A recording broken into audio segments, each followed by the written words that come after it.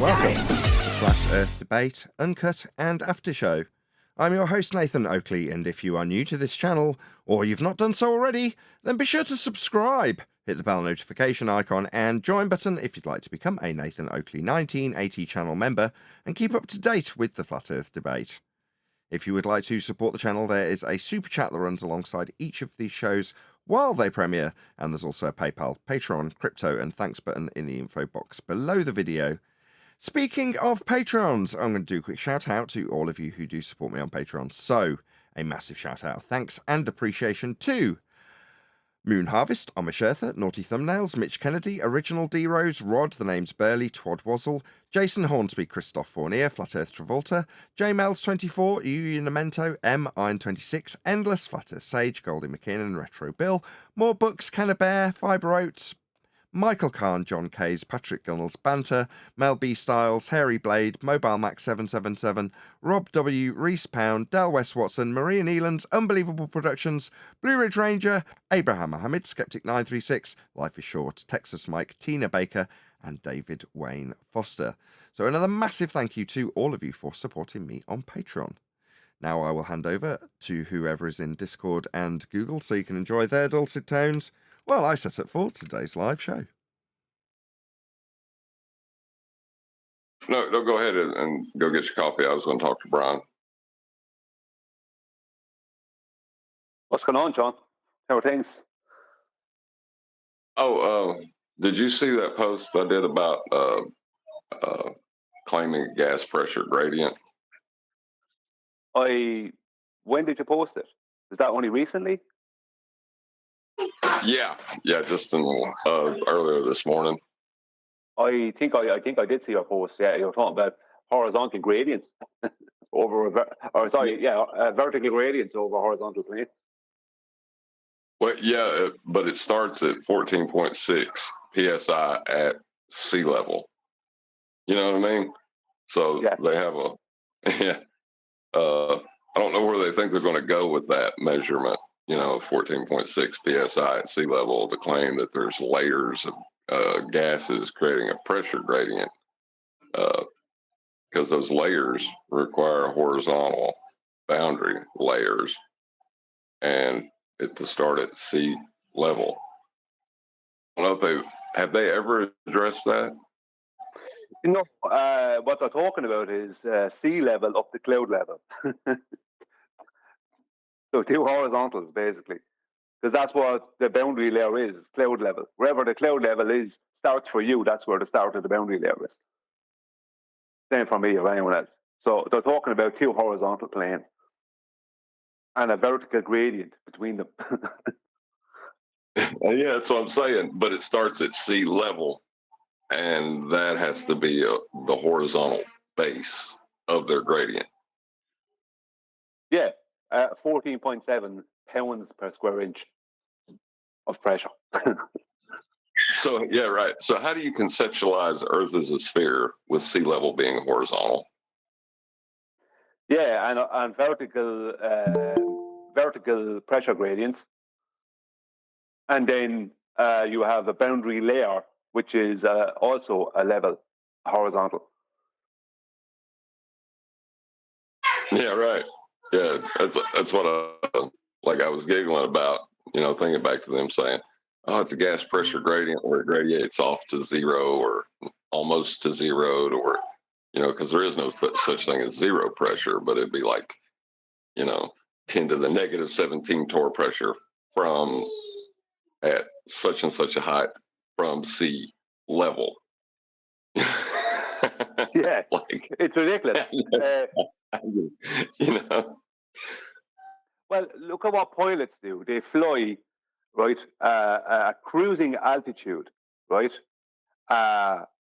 holding a horizontal,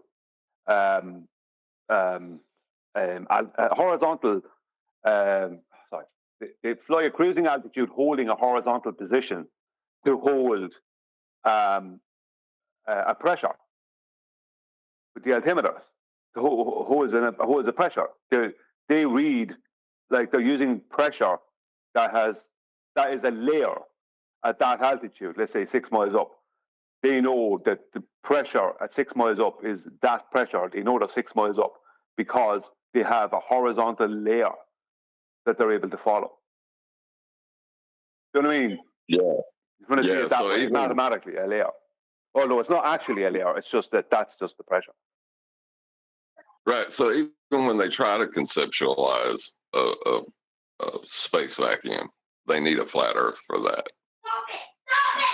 Yeah, exactly. Because, well, technically, if you go up to as high as I'm saying, high altitude balloons can go to 30 miles, but I don't know. I've never seen one go to 30 miles, but I've seen a lot get to 24 kind of miles high. But at that point, they're in a low grade vacuum, and it's probably about 10 to the minus 2 torr. And that's all, they derive all that via a vertical. The vertical distance that the balloon traveled and the pressure that it's reading on the sensors. To get 24 miles straight up. Yeah. That vertical distance is calculated from sea level, right? Yes. Like altitude on an airplane is based off of sea level. You know? So basically, like our altitude is based off of sea level. Elevation is height above sea level of something geographic, whereas altitude is just a basic height above sea level. Right. And their horizontal boundaries of boundary layers in their paradigm or their belief. I mean, even if there are horizontal boundary layers, it doesn't even matter. The fact that they're horizontal and they start at sea level is the tie, that holds it together. Sea level is a horizontal here in that. Yeah, how are you going to calculate it without treating sea level as a horizontal? There's no way to calculate it. How are you going to calculate it off a curve? You can't. To calculate a vertical, you need a horizontal. That's it, and that's what they're claiming: a calculation of a vertical or a measurement of something of a measurement that's taken as something takes a horizontal or a vertical path.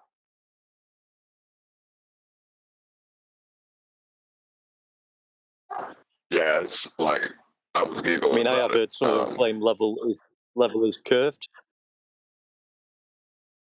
Well, it can't be because you wouldn't have your horizontal boundary layer to say level is curved, and you know an atmospheric law out the window. Then you couldn't conceptualize your gas pressure gradient anymore.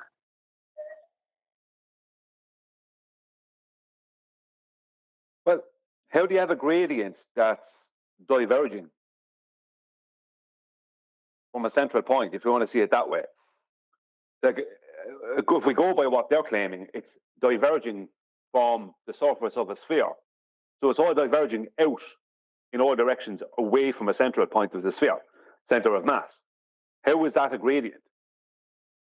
A gradient is always a vertical. Right, that's what they claim verbally. But when they describe it or they calculate it, they use level as a horizontal plane, and they calculate from that. So they can say whatever, you know what I mean? Like anybody can say whatever. You can put words together incorrectly all day long. But anytime they try to describe it, they have to use Earth as a horizontal plane of reference. Yeah, I mean, if you have a gradient of something in, let's say in a point glass, a clear glass, right? And you have a gradient of stuff in there. It's a gradient, a vertical gradient based off of the horizontal flat baseline of the glass. And then the glass will be sitting on another flat baseline. It would be the floor, the table, whatever you want to put it on. You know what I mean? There's no other way to have a gradient. You can't have a vertical gradient without referring to the horizontal. You can't calculate or measure a gradient without a horizontal. Can't be done. Like you can't call something. The problem is they're calling things verticals when they're not verticals. There's no way that any line that you draw from the center of a sphere out from the sphere can be a vertical, because you've haven't determined the horizontal, and you can't determine a horizontal. You can't claim that these verticals are meeting a tangent plane, a horizontal tangent plane, because that makes horizontal a local phenomenon. So which one of them is horizontal? Do you know what I mean? They're trying to say your horizontal is a local phenomenon and my horizontal is a local phenomenon. But that means none of them are horizontals, and our zeniths aren't verticals. Because even if we mathematically can make a right angle to using a tangent plane, it's a right angle. It's not a perpendicular. You don't have a vertical and a horizontal if you're believing in a sphere. Those two things can't exist. If you believe you live on a sphere, horizontal and vertical can't exist. Yet that's what's used constantly. In basically all of their claims, they must use the horizontal plane of reference and the vertical above it.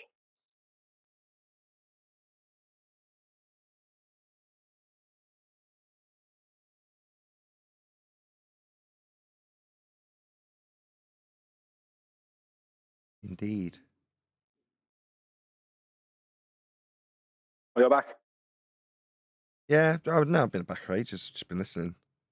The interesting bit you say is that when they try and justify, each horizon being different, it's like, well, then none of them apply that principle that Bev has coined, all horizontals being perpendicular with the plane of the horizon.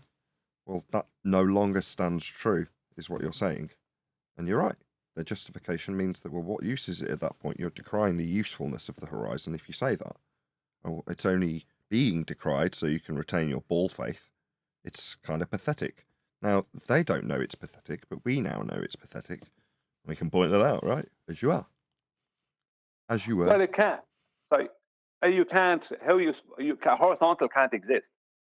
If you're claiming it's only a local phenomenon, then it can't exist because horizontal is the reference for all above and below pitch and elevation.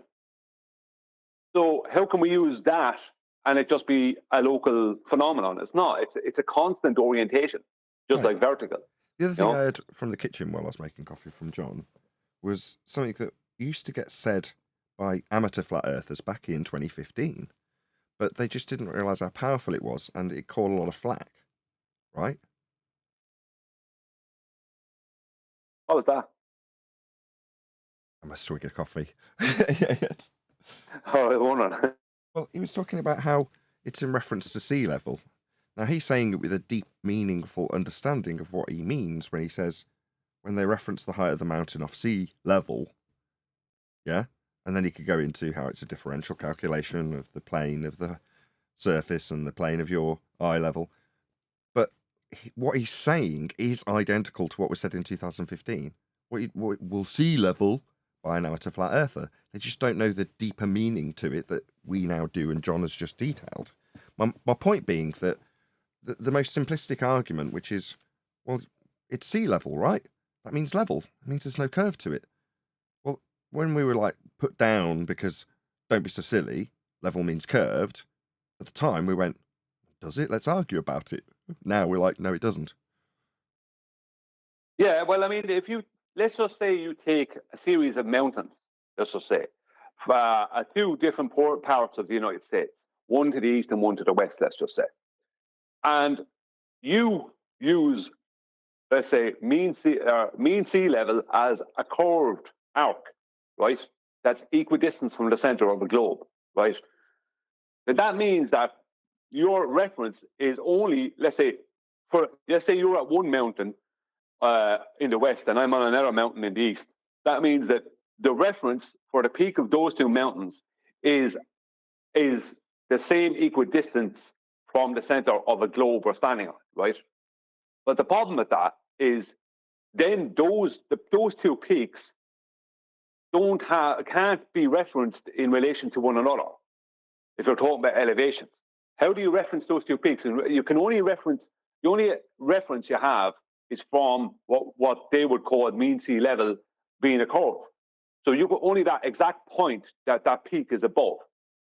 That's the reference. But the peak you're on and the peak I'm on, then how do you reference the two of them together? It's a bit like the gravity problem for Einstein. You can only reference it from a single point, when you start referencing the height above sea level for the observed point versus your point, you're going to need a flat Earth for it. And all. Good Hey, morning. how are things? Hello. Good evening. Good evening. Good morning for some, good evening for others. Hello, welcome, one and all. It's good to have you. Say hello from Discord. Let everybody know that you are actually alive and you're not just pretend little stickers I have on the show. Live from You'll need Discord. Live from Discord, it's Duncan, proving he's real. Thank you very much, Duncan. And again, one more time. Hakuna Matata Una Matata. from Discord. Oh, okay. Yeah. Well, fair enough. What a Hello. wonderful phrase. Let's My not get sound into good? it. We'll get a Disney copyright. Let's not do this. Hello, Arwin. Good to have you. Disney copyright. Yeah, well, if you start singing Hakuna Matata, what do you want? That's only if we take the recording of the song by Disney. We Oh. can actually just sing it ourselves. Oh, I'm trusting that just singing it ourselves would be so accurate that it would set the copyright algorithm off immediately because we're so tone perfect. Yeah, sure. Meanwhile, is there any evidence of the distance to the sun? It's over there.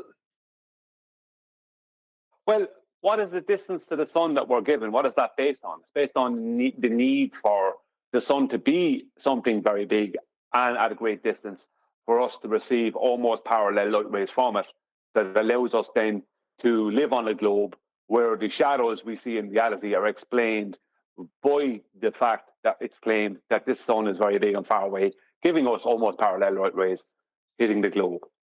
So that's where that's why the sun is claimed to be big and far away. But is that a measurement of size and distance? How would you know if the shadows are parallel? Well, this is the thing about it. It's like you're not going to know that. Like it's like the shadows we see in reality. The shadows we see in reality. They needed to be explained, and they believed we live on a globe. So Eratosthenes said, "Well, as I've just measured the Earth flat with a 500-mile elevation angle, I now need to, you know what I mean, up my game here." So he said, if the sun is really big and far away, then that explains the shadow that I just used as the starting point of my elevation angle. That involved a 500-mile horizontal distance along the Earth. Oh, he couldn't have got that angle off a curve, though. Well, that's the point. He Just needed got to to. interrupt. So really sorry, Brian. Hands up who's done primary source research on Eratosthenes. I have How far did you go back? to whatever information was there. I mean, what do you mean by go back? Okay, first and foremost, what was the primary source? Not Eratosthenes, that's for damn sure. Just whatever I could find about the official story online. But that's not doing primary source research. You're having a laugh.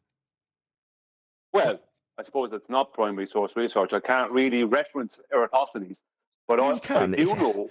Don't get me wrong. Let's rephrase that, because if you find somebody's scanned in a 300-year-old copy of blah, blah, blah that has been handed down from XYZ in the references that talks about something 1,000 years ago, I'll go, okay, so you went back to a source that described this, not firsthand, 300 years ago. That would be my standard. Now, whether or not you get that from in the internet or not is not really relevant. I'm just saying, you know, the way you phrased it was such that you've done a bit of Googling and you found your way to what information's online about Eratosthenes and you're calling that primary source research. Well, no, that's woefully lacking. Anybody else? But you can't do primary source research on Eratosthenes. Well, that's a much better answer. Why would that be? Yeah, well, because the historian wrote about him before he was born. Excuse me, did I hear Brian's voice change? What's happening? Did he suddenly become foreign? This is my Dutch voice. I was going to say, suddenly Brian's become much more foreign than... I said the other day, right, I was going to post something to Brian, and I was like, well, it's Ireland. It's not like it's going abroad. It's Ireland. And Brian was like, no, it is abroad. I'm like, yeah, it is, isn't it? You bloody foreigner. So then Technically, I'm a foreigner, I went down to my tech shop and told my tech guy about the problem Brian's having, and he just happened to have a whole bunch of Macs with exactly the same problem with the graphics card that's not soldered onto the chip. And then I'd left the conversation, said I'd pass on contact info. Then when I told Brian that, I went on to say, I didn't mention you're Irish, meaning foreign, you know, so he might not be cool with it. Anyway, that joke aside. Arwin, let Brian actually answer my question. Why would it be difficult to do primary source research on Eratosthenes, Brian? I think, as far as I know, the first information concerning Eratosthenes didn't turn up until the late 70s. So that's Now we're why getting I somewhere. don't. Go I ahead. can't verify. I can't verify that it actually happened or that he existed. Right, but I'm not.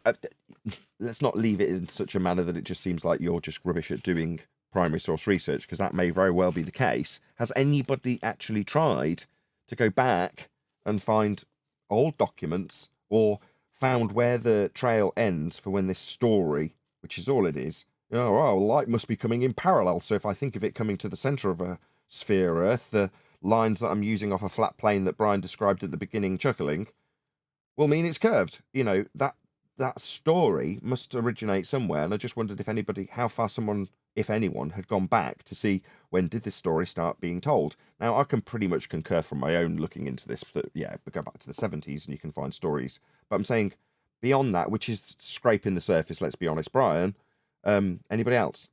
Arwin, as you were so keen, let's see what you've got to add rather than stealing Brian's thunder. Do I need to repeat it? I mean, from what I heard, even somebody was inquiring Chat GPT about it, even, and asking for the sources of this Eratosthenes, was it? And it turned out that the historian that was actually used for the source to write about him wrote about his life before he was born in the linear timeline, which makes it totally paradoxical, but the Chat GPT refused to recognize that. Okay. And so that is it. You've opened a can of worms, which is interesting, which is to say, okay, you decide that you're going to do this primary source research on Eratosthenes, and you go to Chat GPT, and ask it, how far do the records go back? What's the earliest reference? And then you read it off Chat GPT. If that's where it stopped, I'd be like slapping your wrists.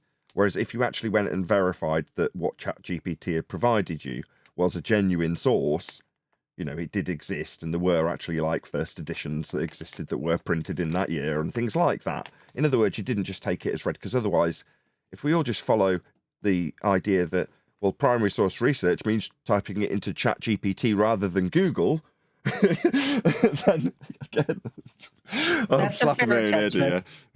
That's a fair assessment. I mean, but I'm pretty sure that Chat GPT can actually, when inquired, source its information, and then I don't dispute that. Out. Yeah, okay, I don't dispute that. Let's not get into this wrangle dangle. All we're asking for is a distance to the sun, for heaven's sake.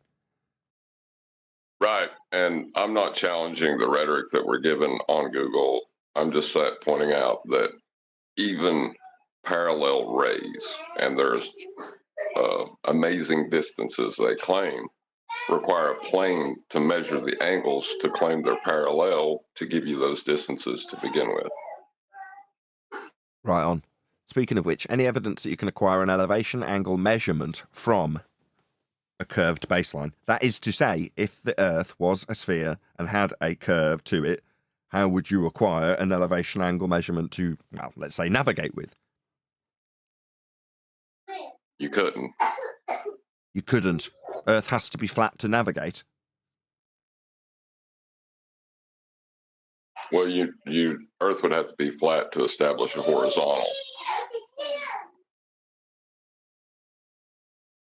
You just use a plumb bob and that's it, right? You'd have a string and a weight pointing at the center of the sphere Earth, and that's it. You can't really get a baseline. That doesn't even exist. We wouldn't have a definition of baseline. Those two things aren't connected. Because the Earth is a sphere. Hold on, stop. Those two things aren't connected. You dangle a plum because what? You're going to employ the geometric principle and say that with respect to the line that you've dropped, you've got a horizontal with respect to that line. Okay, that's in isolation. Fine. But then you started talking about a ball Earth beneath you. with the plumb moving to the center of it. You're like, what the hell's that got to do with anything? If you're going to establish a horizontal by using a plumb, then with respect to that plumb, every line that comes off it must be horizontal if you're going to reference that particular plumb line to give you horizontal. But that's nothing to do with the Earth. That's everything to do with you dangling a plumb and then just stating that after the fact there's a sphere Earth below it. That means nothing. Those two things are they're not connected. Hold on. You said can't do that. specifically on a globe Earth. So I'm giving you how it works on a globe Earth. Not exist on, or not to, but from.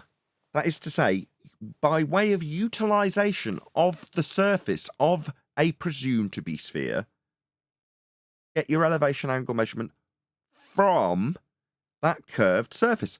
Not get your horizontal from something with respect to a plumb bob. No, because that's got nothing to do with the ground, and that's what we're discussing. Oh, you can't do that. It goes if you're using the horizon. I mean, you can't use a plumb bob on the sphere. He's using a plumb. What are you talking about? Stop. He's not. Hold on. You're doing it to him now. Just hold on, Brian. He's not doing that. He's not using the horizon. He's using a plumb bob. Right, but he invoked vertical when he said. Everyone else, can you just let Arwin defend his position, which he'll do badly? Go ahead, Arwin. Yeah, you can't use all that on a sphere. So if you were on a sphere, you wouldn't even be asking that question. Yeah, I would. If we are presumed to be on a sphere by the vast majority of the Western world, and therefore I absolutely am asking that question and describing how you can just acquire a horizontal and then describing how it works with respect to a presupposed sphere is totally moot. It's not relevant when I'm asking specifically with respect to a curved ground you, the Western world, assume you are on. How would you acquire an elevation angle with respect to that curved ground? Not just how you'd acquire horizontal, which is what you're doing with a plumb. You wouldn't on a sphere, and the horizon, quite frankly, wouldn't be geometrically relevant to anything that you do if you would live on a sphere. Spot on. Ah, excellent. That was a much better conclusion, but John and Brian have got something to add, I'm sure, before I move on. Go ahead, Brian, then John. Or John, then Brian. I mean, it doesn't matter. Whichever leaves the least dead air. Yeah, I had to get gloves off me because you wouldn't leave me talk, so I went down. No, you can't. Try that once more. I had plumb bob in that. The rest was all too Irish. Okay, you can't do anything with a plumb bob if you're claiming the Earth as a sphere. Because if I hold a plumb bob up to the horizon, then the horizon is the perpendicular horizontal to that vertical plumb bob. The plumb bob is the vertical perpendicular to the horizon. The two of them create perpendicular. You can't have one without the other. Now, let me ask you a question. Is the horizon a tangent plane? No. Right. That's the end of that then. Every time you use a plumb bob and you're using the horizon, you're referencing a horizontal plane. That's the way it is. I got that, but you've got to use it in conjunction, and Arwin has now segued into that anyway, so we're fine. But at the point that Arwin just made the declaration of, well, I just dangle a plumb bob, assume it's moving to the centre of a sphere Earth, and then I can acquire horizontal with respect to my plumb bob, and I've already incorporated a presupposed spherical Earth that the line dangles to the centre of. Well, at that point, he hadn't utilised the horizon. He's going to be using it when you're navigating around, doing anything with things, building stuff, basically anything functional. Then, yes, it's going to be with respect to the ground and with respect to the horizon, which derives your horizontal planes. Well, yes, but at that point he hadn't. Now we have.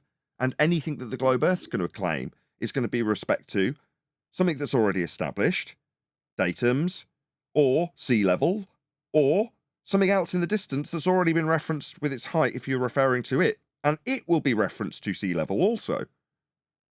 You can't have that. You can't have diverging plumbs. Like, if plumb is created vertical, then they can't be divergent. Go on, John. Well, the thing is, when he said dangle a plumb bob to get your vertical, that's where he snuck it in.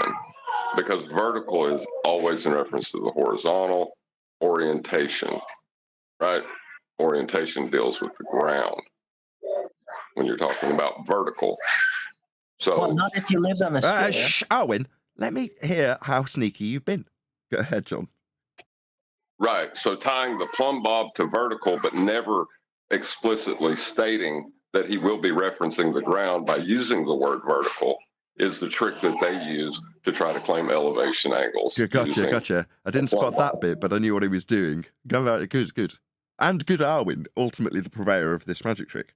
You know, kudos to you, ultimately, Arwin. I know you want to sneak in and try and decry the people pulling apart because you've learned how to effectively utilize this trick, which is awesome for a baller. Well, I'm just trying to figure out how it would actually work if you lived on a ball, right? And you say how that. incredibly surreal that it would be. You wouldn't have the horizon. The horizon would just be like, oh, that's just what you can't see because stuff is in front of it. It's right? very glass half full of you. Anything. It's very glass half full to say, well, I'm trying to figure out how you would mentally do the gymnastics to end up at a ball, and that's how you cognitively go through it to try and functionally make it work, which always means there's a slight globe-based positive spin that you put on it while you're going through that mental process with us. But it's very useful because it means that we get to pull it apart, not only in terms of how you're trying to, you're trying to mentally advantage yourself by understanding how it works. That's why you're phrasing it the way you are. But it means we have something to brace against. Therefore, you're going to be, not talking over because you want to win the argument, but explaining how you're doing your mental processing. It's all very useful. I've got such a great panel. But in this instance, you get most of the props because you were the one who snuck it in. We just pulled it apart. And no but Nathan, there's a thing. Arwin, then Brian, go ahead. All right. No, just saying, no problem. I like doing this. I'm glad you guys are appreciating it. I'm having fun. Go ahead, Brian. Yeah, there's a problem. There's a deeper issue here, and I've tried to highlight it in the past too. And John has been trying to highlight it. You can't hold a plumb bob in your sitting room now, and I can't hold a plumb bob in my house now, and the two of them not be parallel if we're both claiming they're vertical. If I'm claiming my plumb bob is creating a vertical, and you're claiming your plumb bob is creating a vertical, then they must be parallel. They cannot be divergent. Because if they're divergent, then which one of them is? I got it. They're both supposed to reference a horizontal. Well, that's what I was going to add, because John got there first, but your addition to John's point in that regard is perfect. It's like, if you're going to claim that you've got that vertical, it's in reference to the orientation. Well, that's in reference to the ground. Now, if you've also, and you're adding this, and that's a great addition, saying, well, if you're also dangling a plumb bob, well, then you're also employing that same principle John went through. Therefore, they must be parallel. That's just the fact of life that we deal with when we dangle plumb bobs. Now, what does this all mean in reference to the ground? Well, it means that both people are referencing horizontal. The ground must be horizontal. There is no other way for this to work. The world we inhabit functionally is horizontal, and those are the principles that are employed. Now, what Brian is doing and what John has done initially, after taking apart Arwin's admission that he's employing the ground without saying it when he just drops a plumb line, very clever, is pointing out these very basic principles. They're only basic principles, aren't they? But we're linking them back to how that works with the ground if the ground was curving, and it wouldn't work anymore. That's the point. So it seems like, if you just tuned in at a certain section, you go, well, they're just talking about basic principles, right? Stuff being parallel. Wowee. Yeah, but that is in direct reference to the ground, and that's how it works. The ground, the reference of our territory, how we inhabit our environment, is flat. Or to put it another way, Earth is flat. That's how we deal with Earth. That's how it functions. And a lot of the principles we have derived have come from working the Earth and using the Earth and navigating the Earth. And then we get to simplify them into these principles, like parallel, as Brian's described, or as orientation has been described by John. Now, understanding those principles into a way we can linguistically describe them to one another, again, why would those things come about linguistically? Because they have a useful practical application for one person to communicate with another about the environment that they are inhabiting, which is flat. Earth is flat. Any scientific evidence of gravity? Nathan, hang on, before you go. Oh, I thought we concluded. I gave everybody a chance. Go ahead, Brian. Yeah. I need to make a point here, right? when you are claiming a vertical in Leamington, and I'm claiming a vertical in Waterford, and that means we're both referencing horizontal. That means you have a horizontal and I have a horizontal. Now, if you're at a different elevation above sea level than I am, that means we both have parallel horizontals, right? The two horizontal lines, they're a constant. They have no measure. They have no limit to their size, but they're just lines that are parallel to each other based off of the main horizontal, which is mean sea level. Now, when Bev, right, this is why Bev tries to attack people geometrically and say that Earth is not flat. It's because the horizontal you're referencing and horizontal I'm referencing are parallel lines. So parallel horizontals means the Earth can't be a flat plane if you were to treat flat as a geometric claim. One more time. Just as a description. I don't understand. Parallel horizons, Horizontals. meaning you can't have a flat. That sounds ass about face. That sounds wrong. Yeah, but no, he's talking about from a geometric, from a surveying point of view. If the horizontal you're referencing with your plumb bob and the horizontal I'm referencing with my plumb bob, if their elevations are different elevations above mean sea level, that means that, and if there is also mean sea level, that means there's elevations. When he says that means the Earth Sorry, is not I got flat, it now. that's What you what say? he's talking about. What you're dressing up in a fancy way is saying if there's a topology change, Earth can't be flat. And strictly speaking, Earth not being completely smooth, as Sleeping Warrior likes to phrase it, he'd be correct. No. Why not? No. Hold on. Why not? Because There's topology. In that respect, because, if I pick one point and say that I've dropped a plumb bob and I've got my reference to sea level, you do it over there and it's a slightly different elevation, then obviously the principle is still the same that both run parallel. However, you're a different elevation to me. So how can you describe the slope between the two of us defies the fact that it's flat in that specific description of the lay of the land? Every point is slightly different to every other point. As an overall reference, as an overall plane is the only other word I can use, it's all flat. There's no description that can describe anything else to give you a reference to describe how high I am respect to you.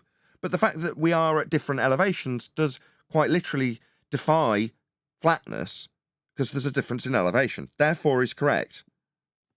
No, he's not. Because you're at the falling into the trap that a lot of people fall into with this situation.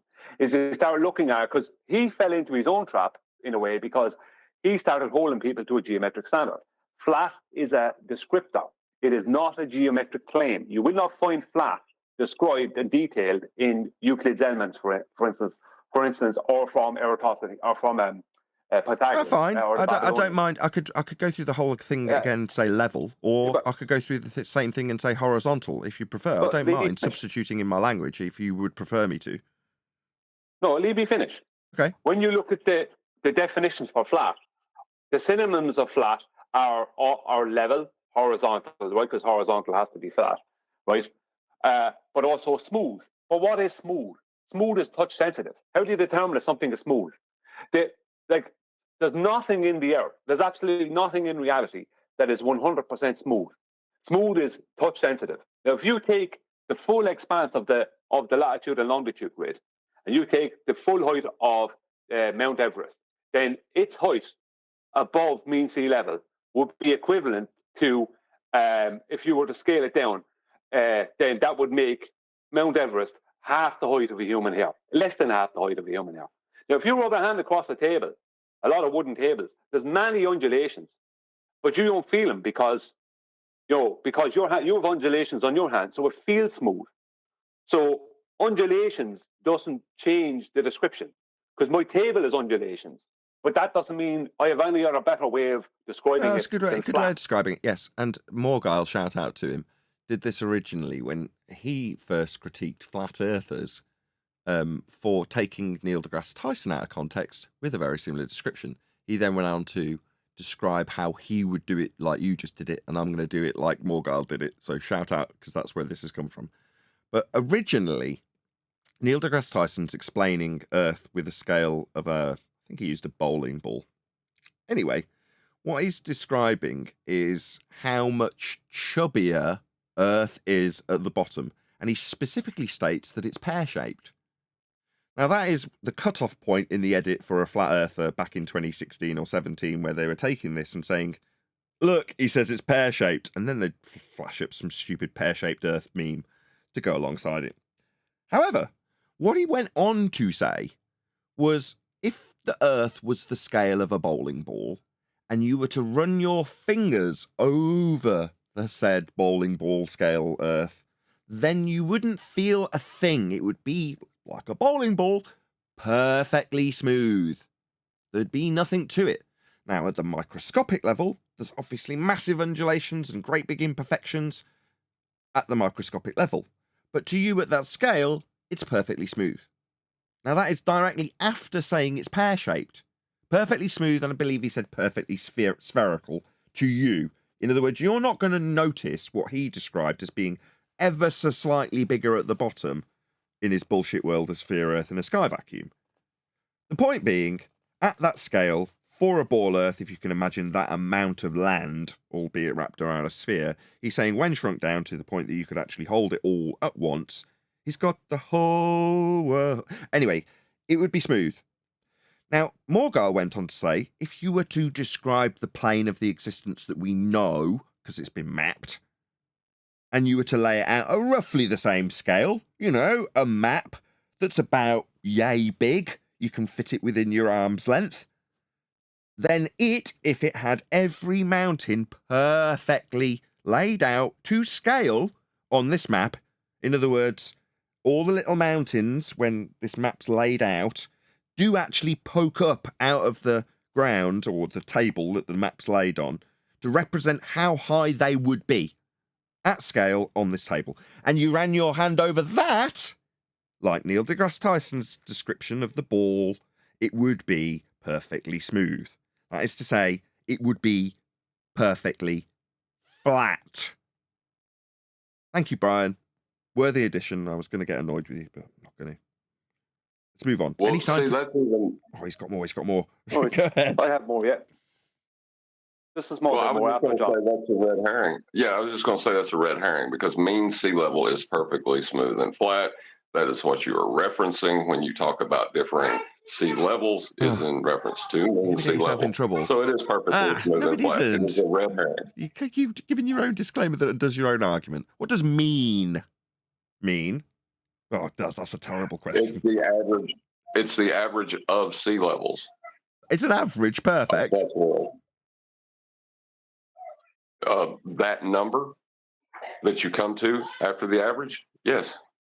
That's just a number that you've come to after the average. How can you tell me that that is something perfectly flat with reference to Earth? It isn't.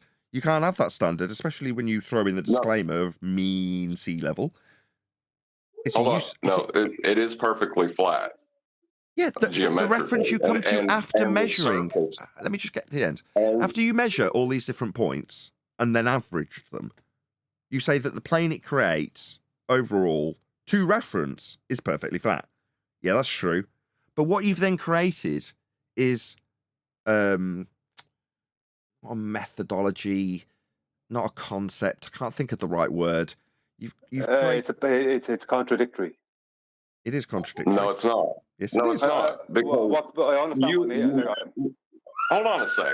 If I measure 20 planes, right, that I reference as sea level, and those 20 planes come to a set point of a vertical datum when you add them all together and divide by the number that you used, and you use that line conceptually to measure altitude from, it is a constant, it is smooth, it is perfectly flat.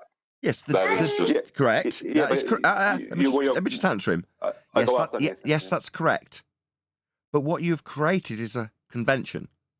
And that isn't the ground anymore.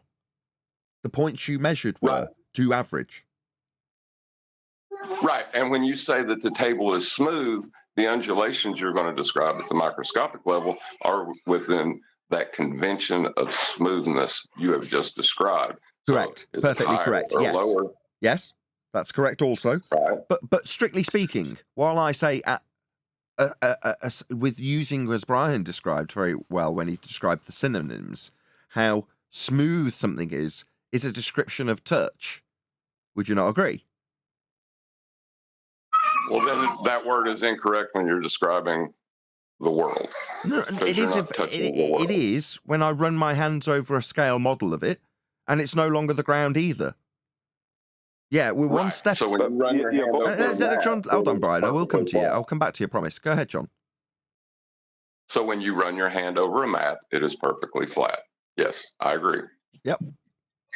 But to say that is the ground is a reification fallacy. We're one step away from that.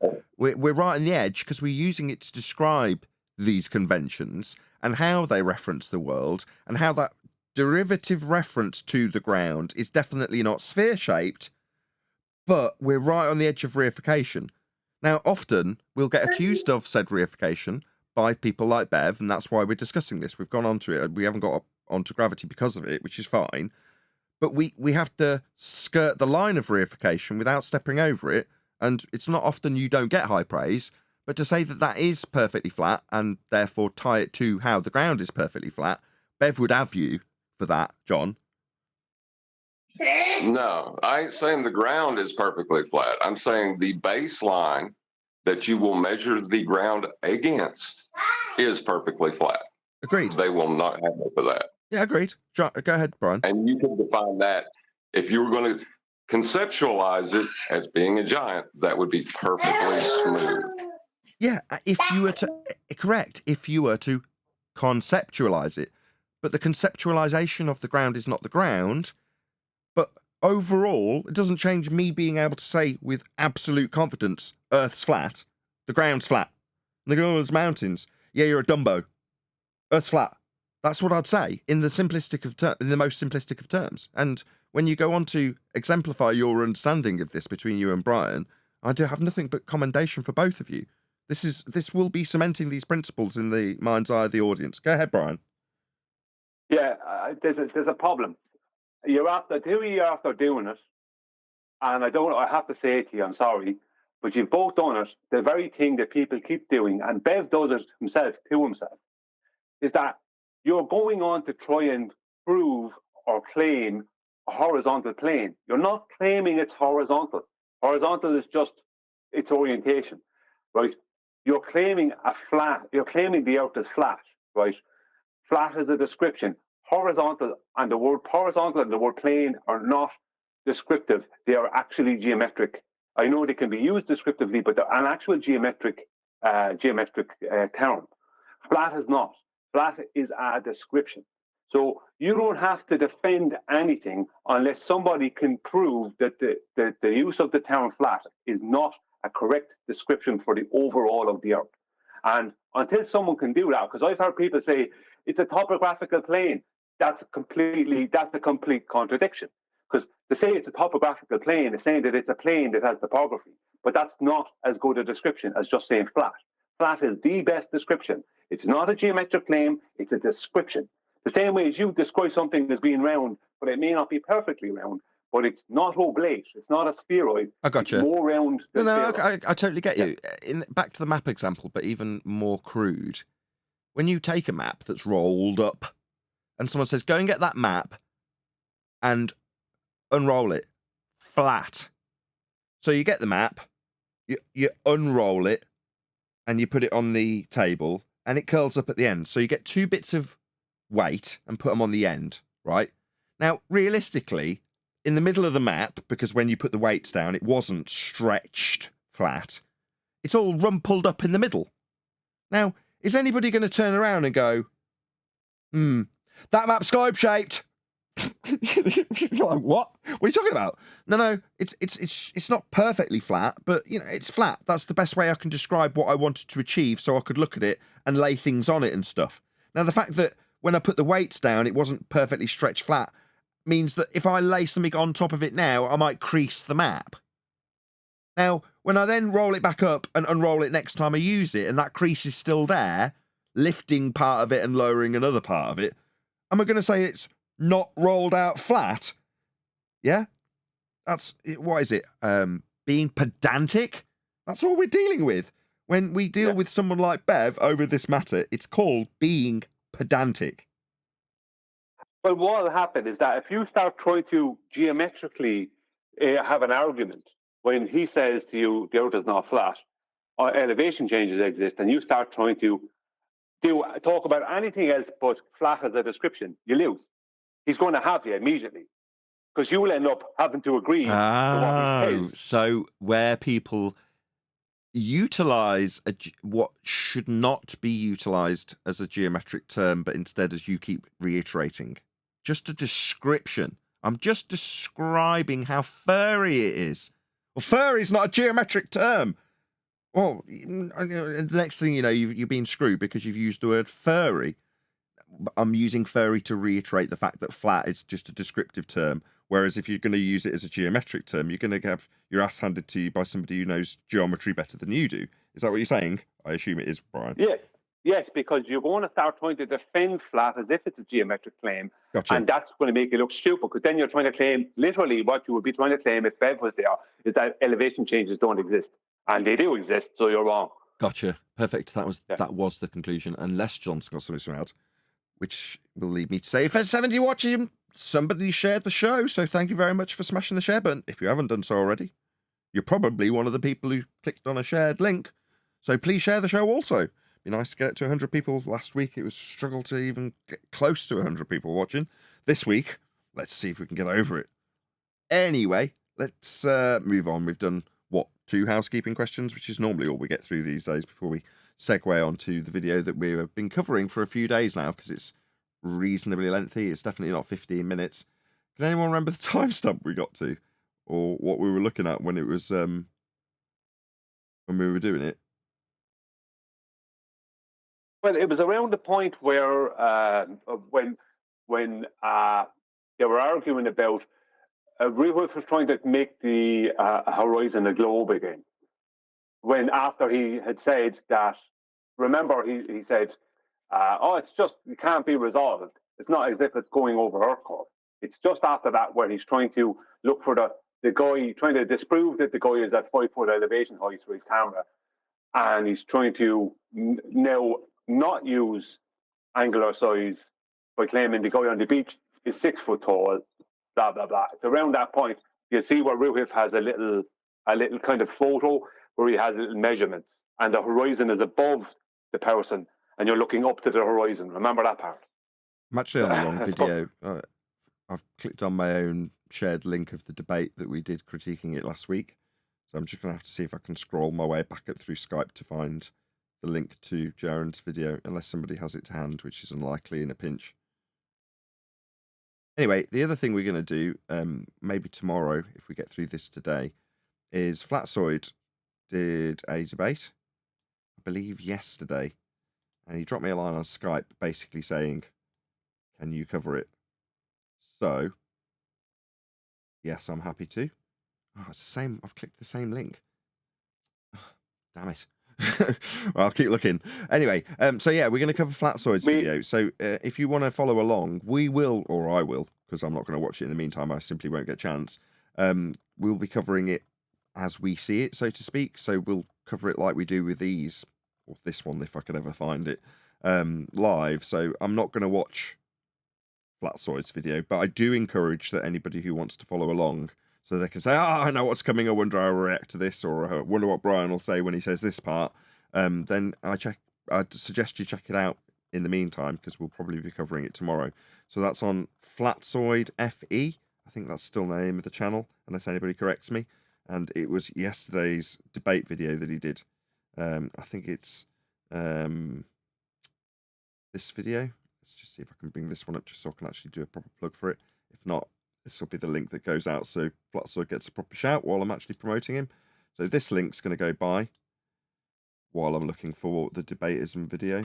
It's in there, Master B. I put it back in Master B. I don't have a timestamp on it, but I put it back in Master B. Oh, well, perfect. Yeah. So while I'm queuing that up, I can encourage people to go and give Flatsoid's video a like. Like I say, we'll be covering that tomorrow.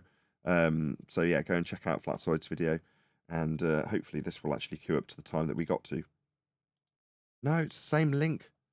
Brian. Brian. The one I put in is Nick Quinn versus Rufus. Yeah, that's my video covering Jaren's video. That's why it says FED 1984 on it. And do you not have the link in that, linked in the description of that video? No, someone else will have given it out during the show. I mean, short of All right, sorry. scrolling. All right, then. I've got 4 copies of my own video. It's because I put, presumably, FED 1984 after show onto Jaren's thumbnail because I'm lazy, or I've done it while I'm live. so now it's confusing, and I've done it 3 times. You've done it 3 times. Well, there we go. We may never get to this bloody video. We're just going to repeatedly look at 1984 FED. Go ahead. It's in there now, Nathan. It's in there now. Is it? But is it? I mean, is it? Yeah. Yes, it is. Thank God. Okay, now hopefully a few people have come back since going to Flatsoids. Let's just round out that proper shout, right? In the chat right now, you can see it going by on the live stream chat now, is Flatsoid's video that we're going to be covering tomorrow. So click on that, go and check out Flatsoid, let him know at Nathan Oakley 1980 sent me. So that's that link out of the way. This video we've covered previously over the last couple of days because it's a fairly long video. It's not your typical 15-minute video that I will get doled out to 10th Man. Our prayers are with you, 10th Man. Shout out to you. He's going through trauma at the moment with his family. Not that I'm going to give any details out, but he's not having a good time of it. And our prayers are with him for certain. Anyway, this particular video, being lengthy, has taken us several days to cover, but we do not train to time, we train to standards. So we will cover it regardless if it takes us a little bit longer. And the link to that is now going by in the live stream chat also. So as you can see now, perfect timing as Flatsoids is off the screen. There's a link to Jarenism's channel. So please go right now. Like, if you're live, 72 people watching. Someone else must have shared. Thank you for sharing the show. Please smash the share button if you haven't done so already. Go to his video right now and let him know at Nathan Oakley 1980 sent me. Hopefully, Jaren will do a response someday and share the algorithmic love we're sharing with him now by getting people to go and give him a view and give him a comment, and do the same for me. Put a link to my video. Like anybody else we cover, chance would be a fine thing. But that's the intention. So hopefully we'll get a response out of somebody someday, and they'll put a link to our video, and it'll help us in the algorithm where YouTube offer us no love whatsoever. That's enough of my plug. Hopefully that's given enough time for people to go off to him and leave him a comment and then come back, so they haven't missed any of the live critiquing that we're going to be doing now. Let's see, we're at the 25-minute mark. I'm assuming that's where we got to. Please let me know if this is like skipped on or skipped back. Not due to curvature. Yeah, I remember covering this already. People almost look as big as the boat. Okay, that's your. I'm always looking for new ways to expand people's perspective of the world. Adds immediately. Okay, I think this is roughly where we got to. When you zoom back, I got another one. Sorry. Yeah, we'll do it back and forth. That's fine. Yeah. Sorry. When you zoom back out from this, the boat isn't disappearing; it's just no longer resolvable. So you can't make it out. It hasn't gone. When you zoom back out, it's not like it's gone over the curve. Well, that was a fine coincidence that we happened to get that bit in on this show. That's right, Roofy. Hashtag shit shrinks. No, we definitely covered this already. Yeah, that's exemplified in the flat Earth resolution loss curve calculator that he thinks is an Earth curve calculator. Indeed, he did. Yeah, that's exactly what that's describing over here. Atmospheric compression. Okay. All right. I'll move on a little bit. 1 second. So observer height 5 feet.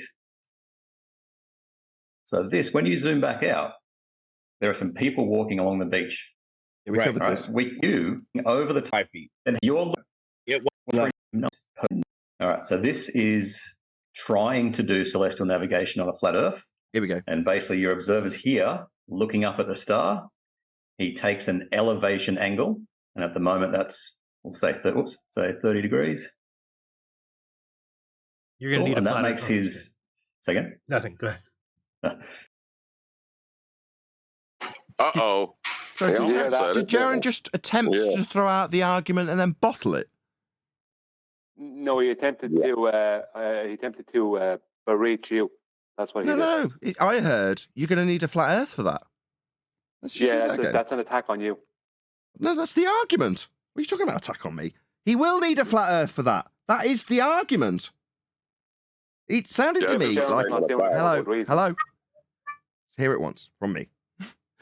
It sounded to me like he threw out the argument in the middle of someone else's statement and then decided to not back it. That is to say, bottled it. Let's hear it again. 1 second, everybody. Angle. And at the moment, that's, we'll say 30 degrees. You're going to need a flat Earth. And that makes his... Say again? Nothing. Go ahead. You throw out the argument. That's the end of this discussion. Angle, it's on screen. You can see it. With reference to the what? Horizontal line he's got drawn. Yeah, that's going to need a flat Earth. That's correct. But he hasn't backed it, which tells me either he doesn't understand it fully or just hasn't got the confidence to argue it. In either event, he shouldn't be. He's the moderator. But he's correct. You will need a flat Earth for that. Right. Go ahead. But that's just a statement of fact. That's just a statement of fact. Right. That's all that is. That's not an argument. He should have been fine in saying it. I don't know why he would baffle a statement of fact. Yeah, Brian. Or anybody else that wanted to get a word in.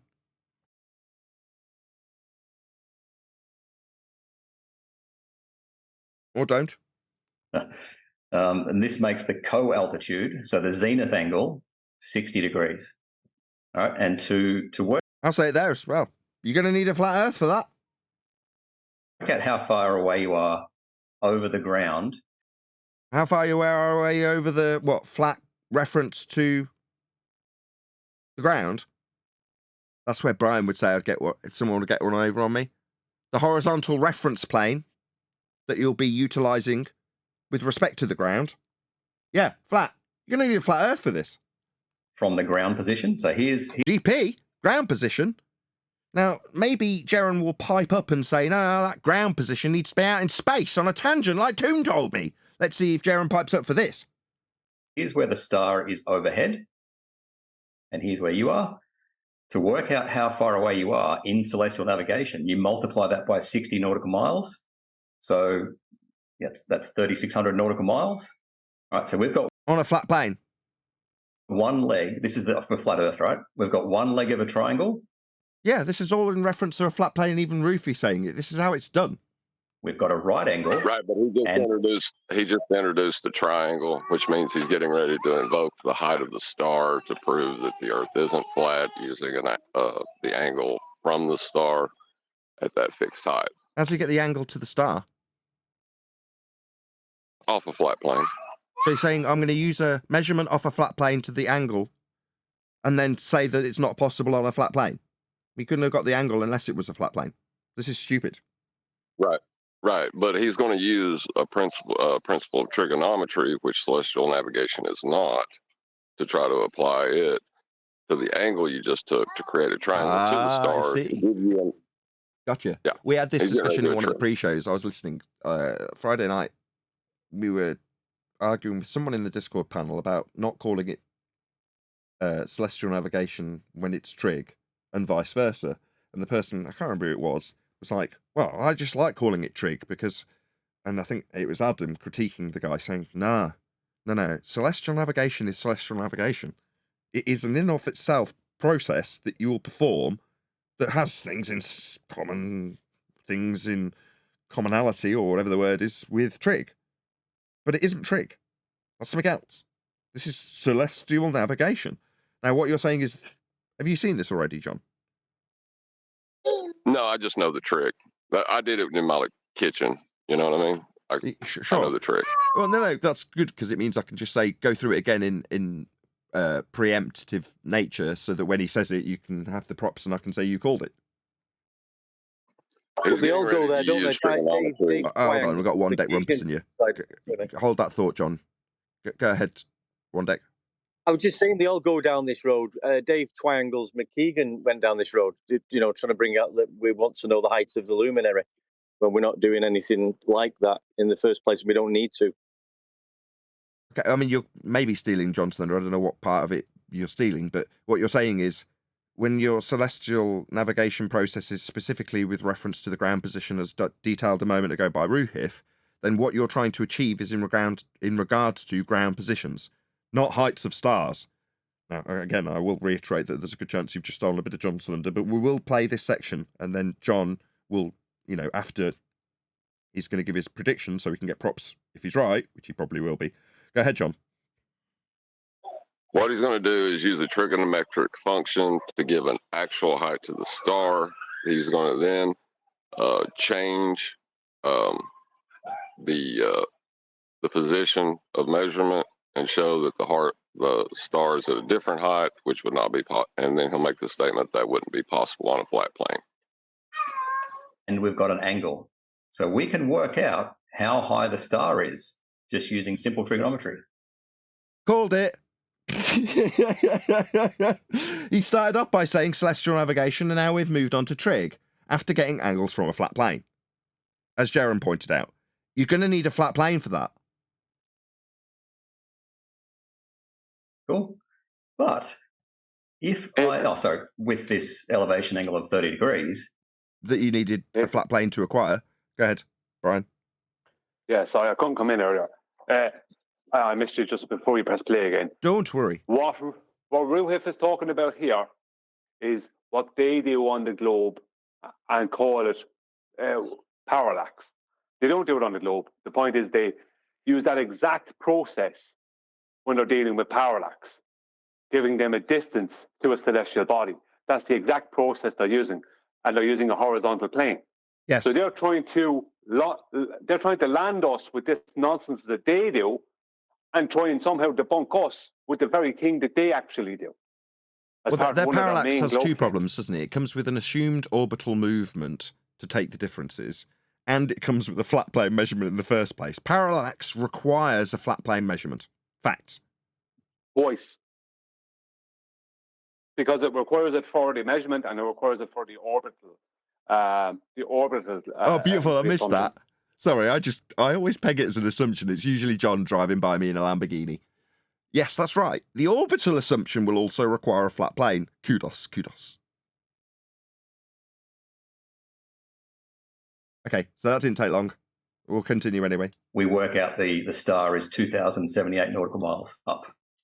All right, but if I move closer or further away from that star, but I have to maintain that 60 nautical miles per degree, then the star physically has to be a different height. Okay, this is why it doesn't work on flat Earth. What? We don't assert any height. Yeah.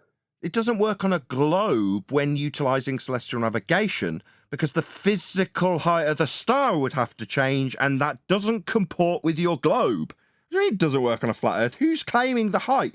Oh, you gave us the height you say it comes out to when you use the trig to derive the height on a flat plane, and then tell us how your measurement you made, which could only be done for both flat. Oh, it can't be done for globe. You couldn't have got the angle. Nevertheless, that straw man height you gave says fails? You say it fails? Why'd you give it us then? Nobody else claimed it. Your opponent certainly didn't.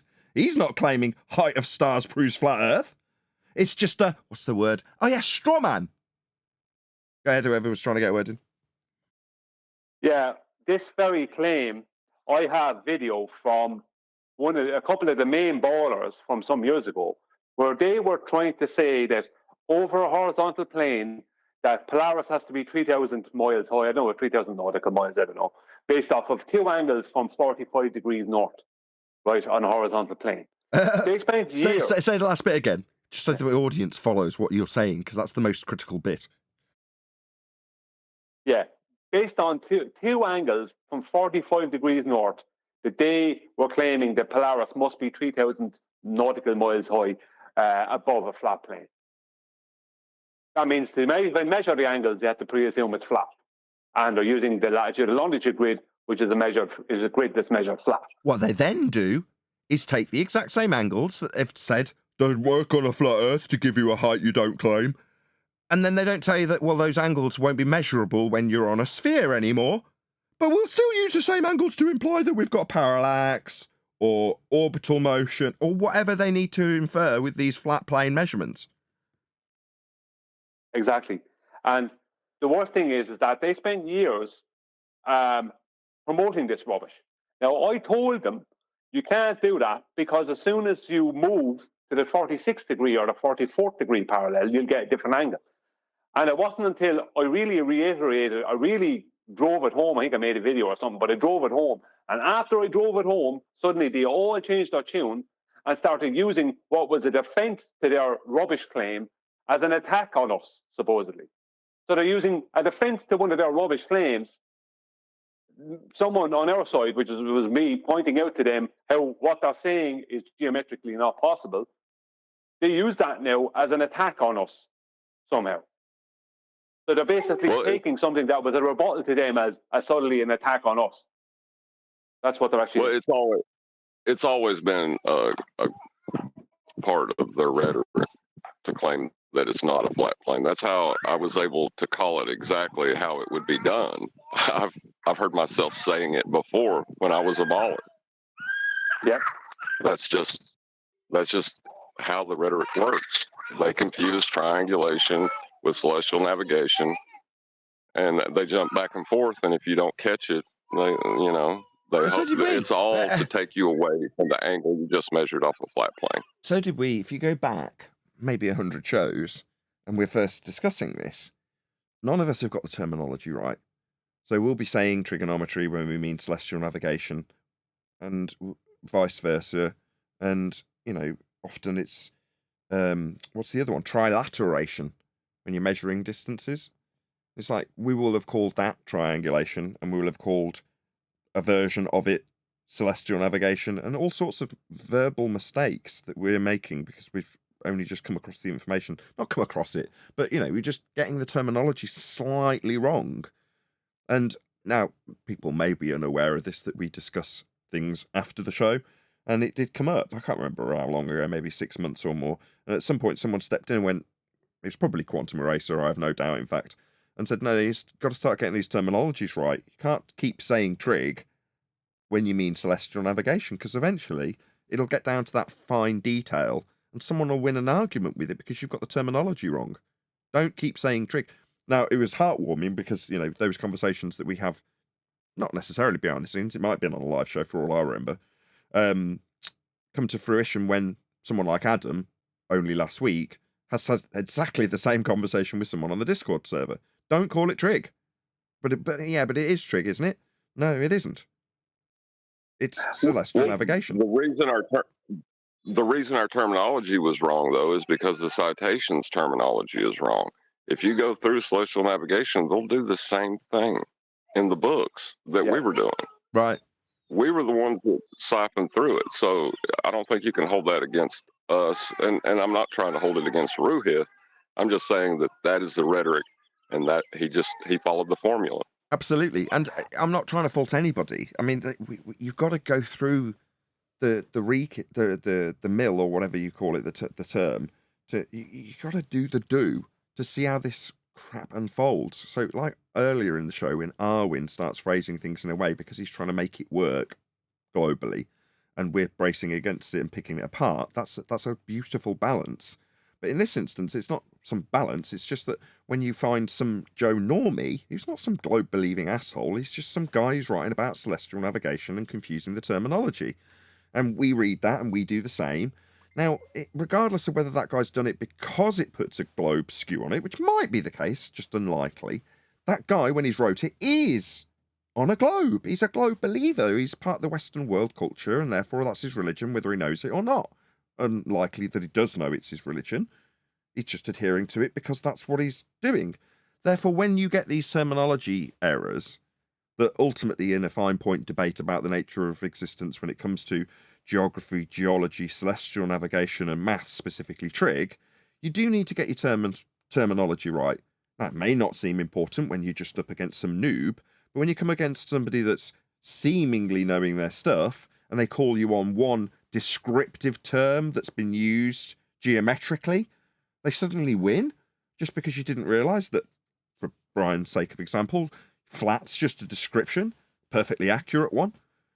and you've used it when describing part of the topology of the land in a geometric term, suddenly you're losing a debate because of that. Well, yeah, that's life. Get used to it. We're at the tip of the spear. But I mean, in order for Brian, John, Arwin, and myself in this instance to concisely summarise these things, we've had to be battle-scarred and battle-hardened and go through it. Or in John's instance, for the majority of his now capable of rendition description, doing it as a baller himself. You know, hopefully everyone takes the value. I mean, there's 80 people watching still, so that's got to be good. Please share the show. It's a good one. Going through the nitty-gritty of how we all get onto a ball just through the very language. Without even trying, you can keep yourself on a ball. It's amazing. Go ahead, Brian. But yeah, I just want to say, people have said, I think Huey said, that it's not triangulation either. But if you have a mobile phone and they're going to triangulate your position with your mobile phone using 3 cell towers, then they're using your position in relation to these 3 cell towers, which are around you at That's a radius. trilateration. No, that's not trilateration. That's triangulation using cell towers. Trilateration involves straight lines. There is no reference to trilateration actually being in existence in reality outside of a claim of a globe with satellites, right? And I've debunked that. But the principle that they describe in... Hold on. Let me Yeah. get my confusion right then. Because the principle that is described for those satellites is the same as you would describe for the cell towers. But they call it trilateration when it's for satellites as opposed to cell towers. But the description's the same, is it not? No, because what the claim is concerning satellites is that there is microwaves, which is microwaves would be like an invisible, the best way to describe them, so for people mentally who don't know, would be like an invisible laser. So it's like a straight line, where cell towers aren't using microwaves. The claim is that satellites are using microwaves. And these straight line distances that are calculated via the two-way speed of light calculation, right, supposedly tell the receiver where it is. Now, that's wrong. Even if we lived on a globe, that wouldn't work. None of it works. But that's beside the point. The point is that trilateration, that's the only example I know of where they're claiming such a thing as trilateration. Because you could be used if you know an exact distance to someone, but you can't be used for navigation, let's just say, right? But triangulation is different. They're not using microwaves. They're using lower frequency waves than microwaves. So they're using a bounce timing thing rather than giving a receiver a time based off of a signal that's sent one way. See, trilateration, if you're thinking about satellites, it's a one-way signal. There's no bounce coming back. It's only the receiver receives, the sender sends, the receiver receives. There's no information going back to the sender, back to the satellite. That's not happening. Whereas triangulation, there is information coming back based off of a bounce. So they're using bounce timing to determine where you are, where your mobile phone is in relation to these 3 towers, right? Now, if you take those 3 circles of equal altitude and where they intersect, you take the center of those 3 circles and you draw a straight line between those centers, then that creates a triangle, and you are right then at the center of wherever that you're at the middle of that triangle, basically. And with that, I'm going to... Altitude. You could use trilateration with known distances of radar bounces. But even in that... but once you use the bounce, you're using trilateration. Sorry. Right, trilateration. I mean triangulation, sorry. Once there's a bounce, you're using triangulation. It's a different thing. No, you can't get the altitude like that with triangulation. That would be trilateration. But radar. But once you're using a bounce signal, you're using triangulation. That's not trilateration. That's the point. Trilateration is in one direction. And it's the only way to use what they call trilateration. The only possible way for it to be possible and used in reality would be satellites over a horizontal plane.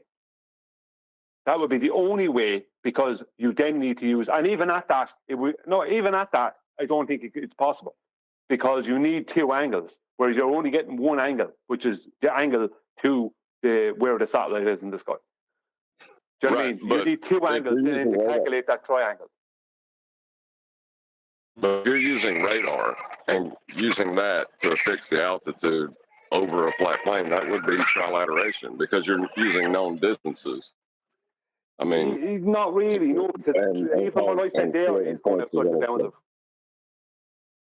Not really, because what I said there is even going outside the bounds of trilateration. You shouldn't need triangles or anything else. You should only need one signal that goes to a receiver.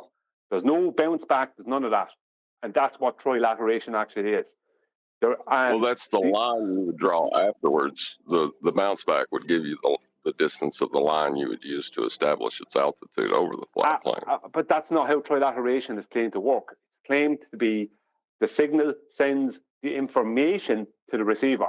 The receiver receives the information by the time the signal was sent, and the receiver then determines the distance to that satellite, straight line distance, because of the information it got off the satellite. Right, the straight line distance is established with the radar bounce, and then you use that. No, trilateration would find the position of the plane above the horizontal plane of reference that you need in any respect. But no, because once you're using a bounce, then you're going into the realms of triangulation. The whole point of trilateration, the whole point of trilateration, the only place it's actually claimed to be used in reality is with satellites. Yeah, I don't know where you're getting the bounce is triangulation. Triangulation is where you use triangles. Yeah, but that's what I'm saying. You're using a bounce between you're bouncing a signal off of something that's between several sending sources. That's triangulation. Where, let's say, 3 cell towers bouncing a signal off my cell phone will triangulate my position. But that's not trilateration. But it won't give you your altitude. That's what I'm talking about. That's where you need trilateration. Yeah, but see, there you go. That's the thing about it. That's what kills GPS, is the official claims concerning GPS. Because if I have, let me go through it. Let's just say I have a cold start. I just turned on my receiver, right?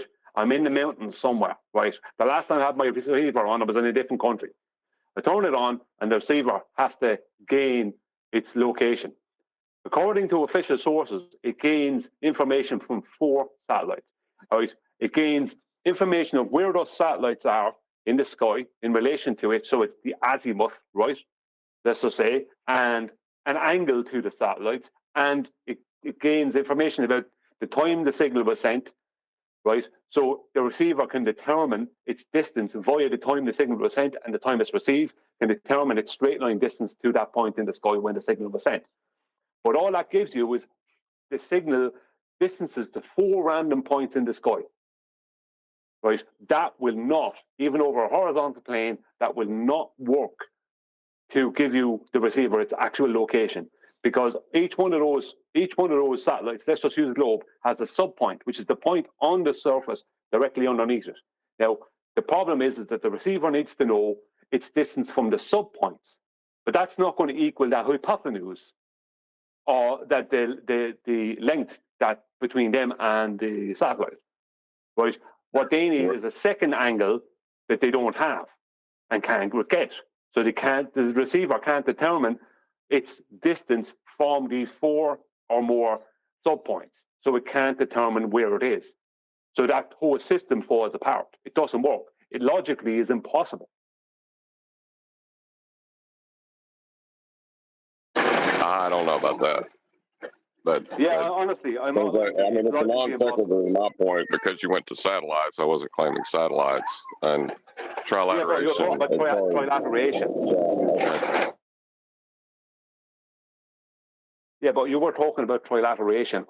That's what my point is that when they bring up the term trilateration, the only actual example they can really actually give you is satellites. But their system couldn't work. Not just it doesn't work. It couldn't work even if we were on a globe. That's the point. Well, I was trying to give you an actual example, but you went to satellites because I was using radar and establishing. Yeah, but radar, you can't do trilateration with radar. It doesn't have final frequencies. if I can't get to my point, it's fine, whatever. No, go ahead. I know what you're saying. You say what you're going to say, and then I'll give you my critique afterwards. All right, I'll try it one more time. I'm not going to keep doing it. Right. With triangulation, you are not going to fix the altitude of a plane. All it can do is give you the position on the plane of reference. You're not going to fix the altitude with triangulation. But you can, using radar, establish where a plane is in 3D space using radar. And that's trilateration. All three of which was my main point, require a plane of reference. Yes, you do need a plane of reference, but when you're talking about a bounce, then you're not dealing with trilateration. That's Why? the thing. Because the trilateration is supposed to be giving the receiver of the information, giving it the information. There's no reason for a bounce back. The bounce back is when you're going into the realms of triangulation. Trilateration just uses lines, right? Define trilateration. Yeah, but so does triangulation. It's just using a straight line distance, and eventually it's calculating a straight line distance. That's the whole point. But the way it goes about it is through bounce. Okay, so if it's just a straight line distance, then the way you calculate that straight line distance is irrelevant to what process you're actually using.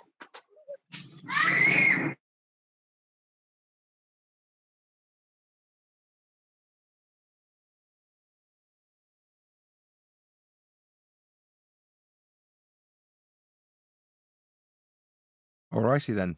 Glad we got to the end of that. Thank you, John. We did and we didn't. I don't want to continue it on.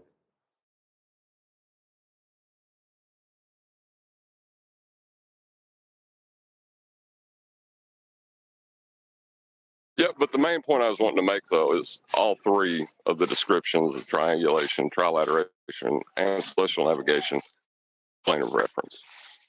Yeah. Well, In the argument about them, it's irrelevant. You need a plane of reference for that. Well, my argument isn't against what you're saying about the need of our plane of reference to do navigation. My argument is that trilateration doesn't actually exist as a form of navigation, that it doesn't work.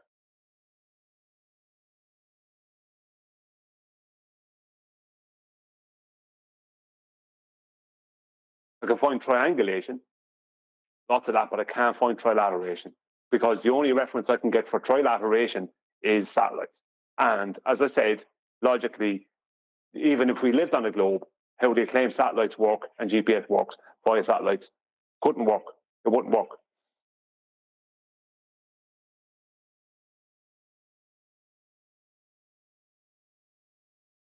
I don't even know how you get to a globe with planes of reference, but I can't even conceptualize the globe anymore.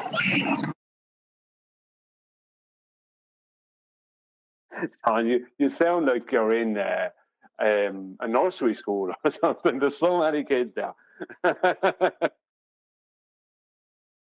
But I basically am. That's my house all the time. Yeah. Yeah, try arguing with a globe head while you got like 5 kids around screaming at the same time. It's a bit frustrating.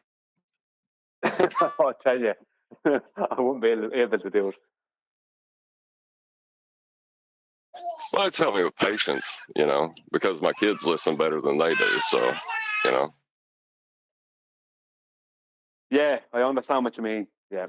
It's still 5 kids. I mean, to be looking at the 5 kids and being able to still talk calmly, you're doing pretty well. Do you have a direct line to a Valium or? Because that's what I need. I wouldn't be able to do it. I'd have to lock them in a room and lock the door and stand outside and just look at them through a camera. I wouldn't be able to deal with it. Well, what I usually do is I try to run away to make a comment, and then I walk back when I get done. It doesn't always work, though.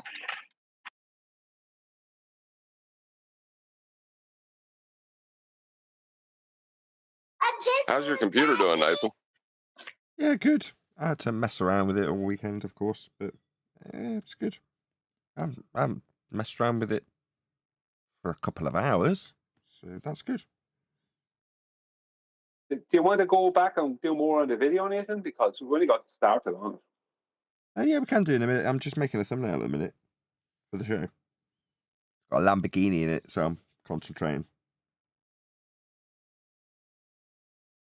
Yeah, I can't believe Jaren, like, he was there. He was right there at it. All he had to do was reach out and take it, and the entire discussion would have stopped. Yeah, but I think he was only goading. I think he was only mocking us, mocking Nathan. That's what I think he was. QE said the same. Well, whatever. Offering up the winning argument, but not having the balls to actually follow through by going, you need a flat earth for that. What? Oh, nothing. Well, if you say so. Nothing or the winning argument.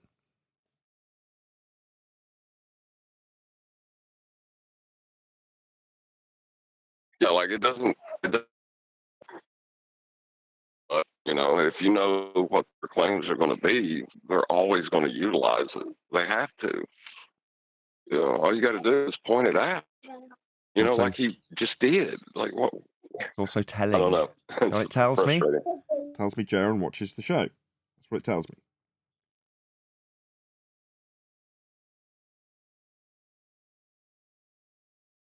Yes, I thought of that myself. He must be watching the show if he knows about that, because that's really only in recent months, isn't it? The use of that. Right. Good to have you here, Jaren. Thanks for your view.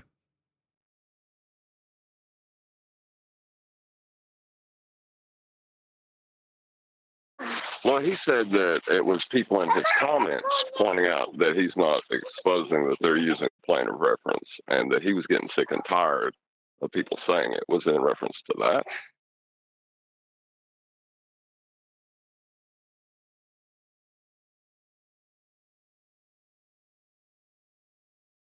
No, I'd say he's listening to it, or it's either way it was done in sarcasm. It wasn't done with the intent to actually argue. He couldn't as a moderator, but it still wasn't done that way, because I doubt he's listening to people in his comments. I'd say that people are trying to politely tell him, like, you're wrong, and he's just not willing to accept it. Oh, that's what I reckon myself. And I doubt I'll be wrong about that. Yeah, but in that picture, he was using a plane of reference, right? There is no argument there. Well, what are you going to argue? You know? Yeah, the horizon. Right there, there's no argument. Like what? You're just pointing it out. Sorry, Roofy was using the horizon. Simon, I said that by accident. Roofy was using the horizon to try and debunk a flat plane. It's like, Roofy. Do you know what I mean? That's the horizon you're using. Right. If I pointed a tree and say, "Hey, there's a tree," there's no argument to be had there. You know, if it's a tree, then it's just a tree. And anybody that tries to argue about it being a tree, you can just laugh at them. You know, like. Well, how do I debunk the tree? By pointing to leaves that fell off it. I don't know. Like it's just that's madness at that point. You know, like yeah, it's a statement of fact that you're using a plane of reference. You must use a plane of reference because you're going to invoke angles. That's all just statements of fact. There's no argument to be had in that. Yeah, I think that our opposition are very good, especially in the moment of a debate, with hoodwinking you. You end up arguing with them about something, while looking straight past the very thing they're doing, which requires a flat plane. Like what Roofy was doing there with the guy on the beach and the horizon above the guy on the beach, from the observer's perspective, he's talking about like the use of a flat plane. He's talking about angles to the top of the guy's head and then up to the horizon. Do you know what I mean? That's what he's talking about. He's talking about the use of a flat plane via angles, even within his own argument. And the horizon is horizontal. That's what we reference for horizontal. You know, I don't, but the problem with flat earthers is that we're too used to being on the back foot and trying to defend our positions and defend ourselves, not realizing we don't have to defend ourselves in a lot of these situations. Defense is not necessary. It's like we think we're, go on. Right. Well, like when they say sea level's curving, okay. Well, I'll just accept that. But you can't then go and use an Earth curve calculator that uses level as a horizontal plane. You can't use dip angle, which uses eye level as a horizontal plane. You can't use, celestial navigation, orbital mechanics. You lose all of that when you try to assert level is curving. So yeah, okay, fine. Level's curving, then your entire paradigm is crap. Yeah, it's true. Once you say level is curving, then the whole paradigm collapses because they require level to be horizontal within their paradigm. They require it. Like they require their equatorial plane to be a horizontal that's parallel to a claimed horizontal tangent that they'll claim to make. Do you know what I mean? At the oil line in celestial navigation.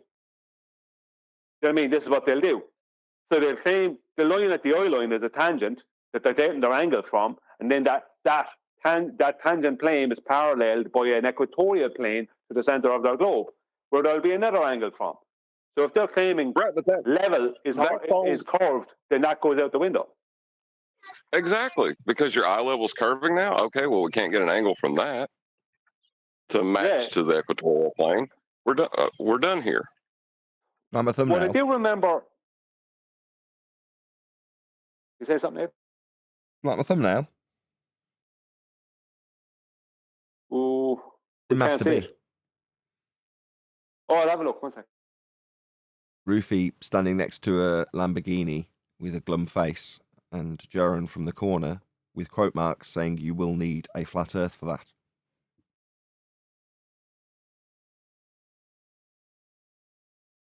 Any thumbnail with a Lamborghini in is a good thumbnail. I'll have no words said otherwise. I see it, yeah. You need a flat earth. the flat earth Lambo.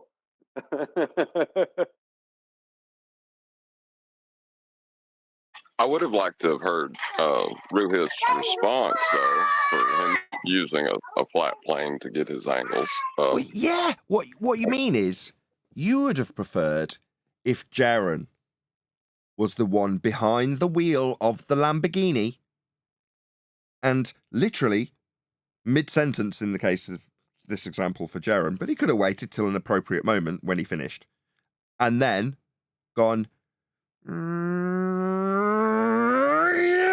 gonna need a flat for that along Route 90. But he didn't. Therefore, we didn't get to see the response. Now, like with every point that we have to point out with Jaren, he's nearly there, right? Just have to take ownership of the argument. It doesn't matter that people are saying it to you in your comments. If you said it, it'd be your argument. You'd have won. You'd have taken out every little bit of wind that was in Ruhif's sails. And then you could have gone, oh, nothing. Carry on.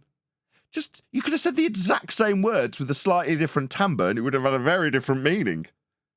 And annihilated him.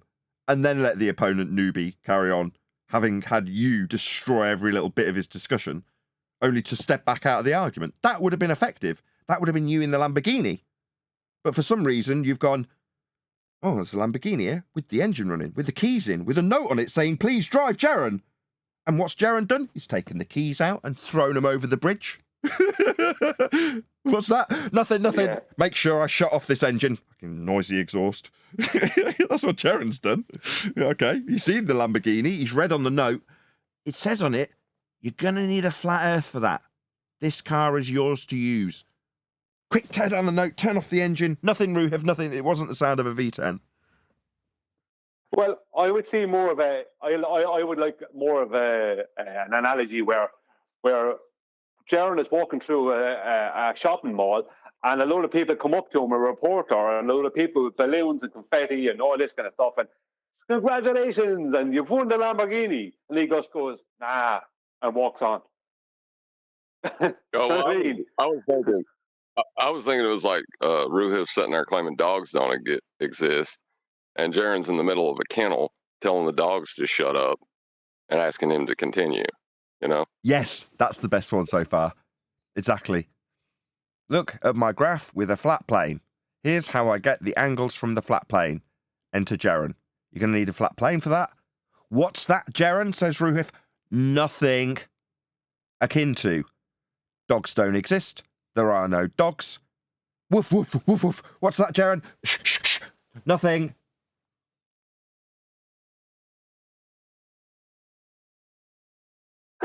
I like that you've just won a Lambo one, though. You've just I like won a that too. Lambo. I must admit, I've got a fondness for yours because it had a Lambo in it. Yeah, you just I'll won a show you what it Lambo. does on the globe. Nah. About 30 seconds because I started. Or I'll we take started a early. I'll take a 1 minute after. Okay. So on the globe, we're going to first set the star. Oh, really? You'll take a what now? I like how much of a bitch Jaren is to Roofy. He'll do that, will he? Who's running this show? Clearly Roofy. You total cook. He will take that, will he? See how that goes on with me when I'm actually keeping track of things. Stars to be further away. The way that it works on a globe is your observers here takes an elevation Sorry, way this works on a globe. an angle of 30. You don't take an elevation angle measurement from a globe. No, you don't do that.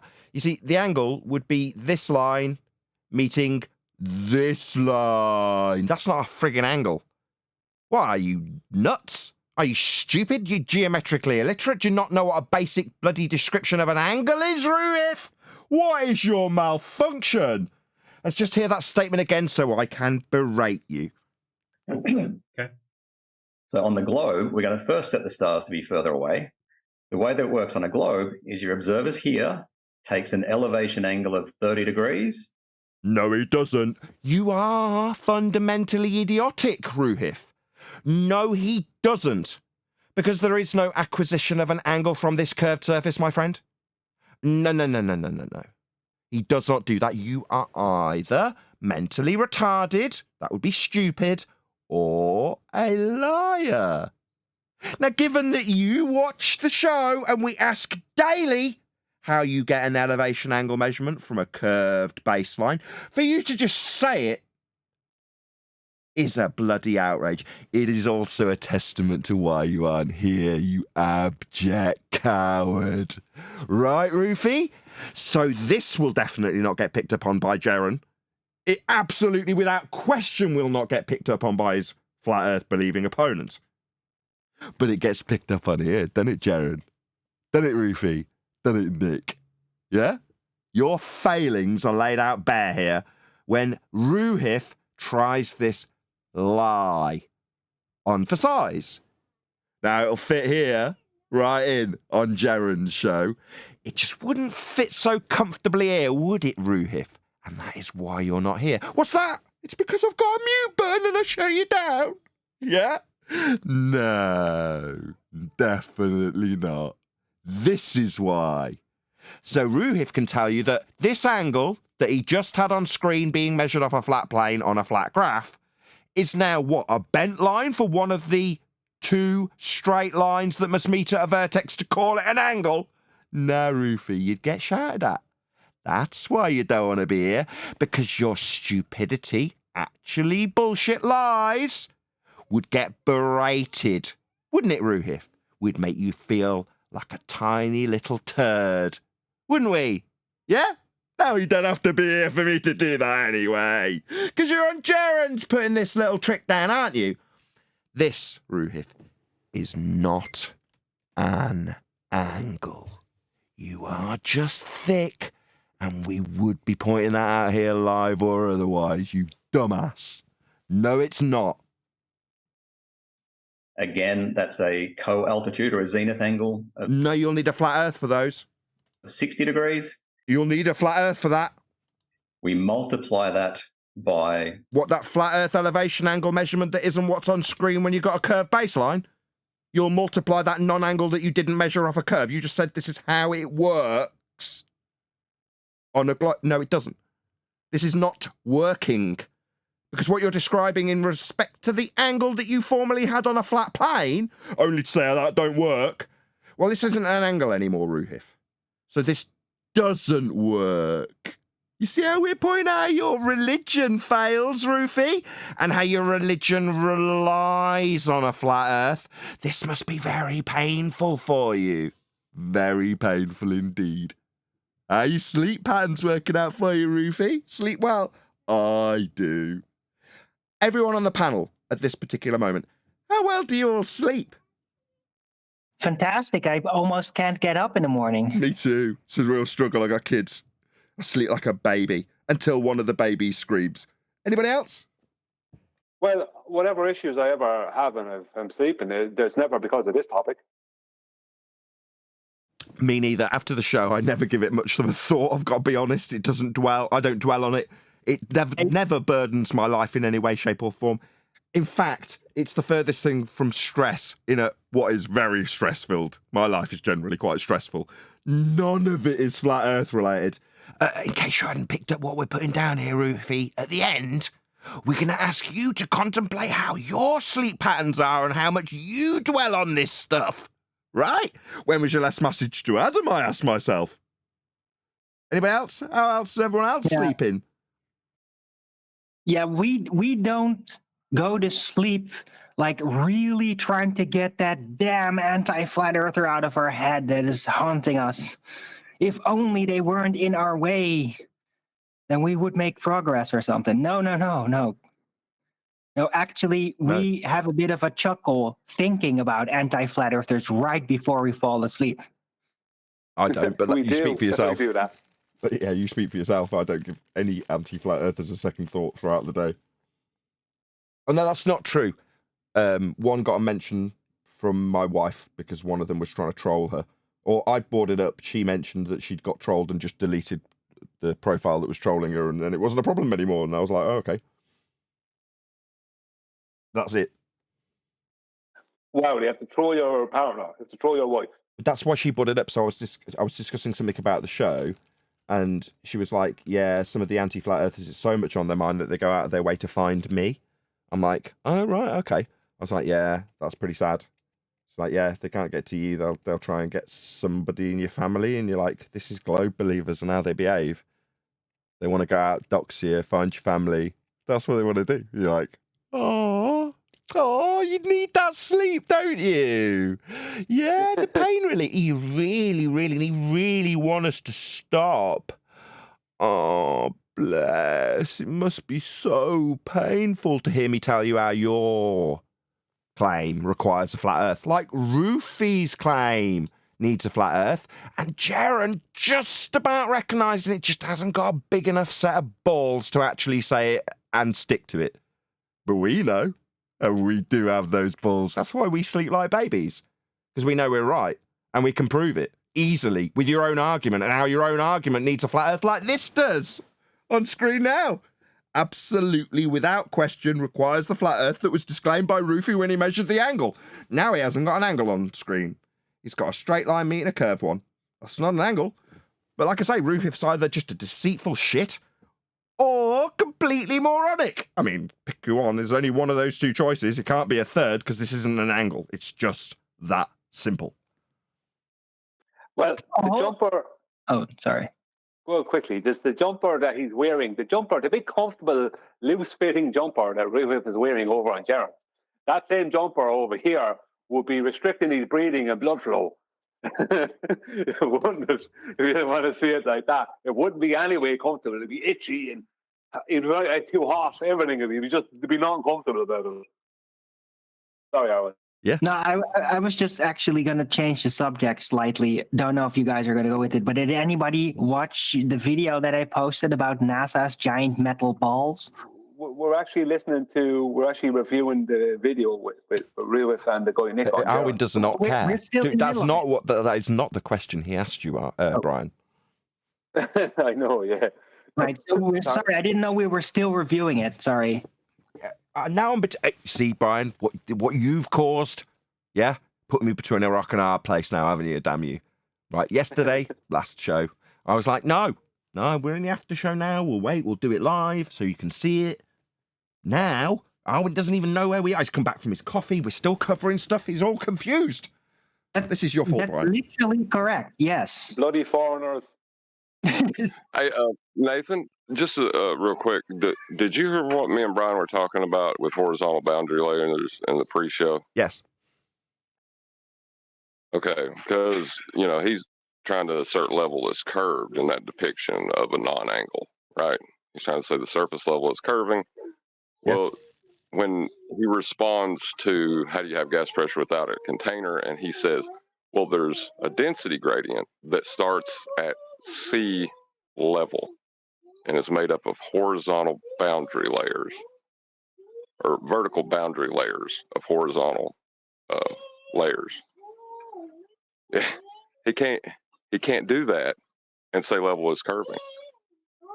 No. Almost any principle that he implies when he's describing anything, mathematically, full stop, will have those principles employed if he's using a language. So almost everything he says that's sphere-related will violate a principle mathematically when described, because he needs level to be curved. And he's just shown the bait and switch of where it happens. Here's it being measured off a flat plane. Here's an angle.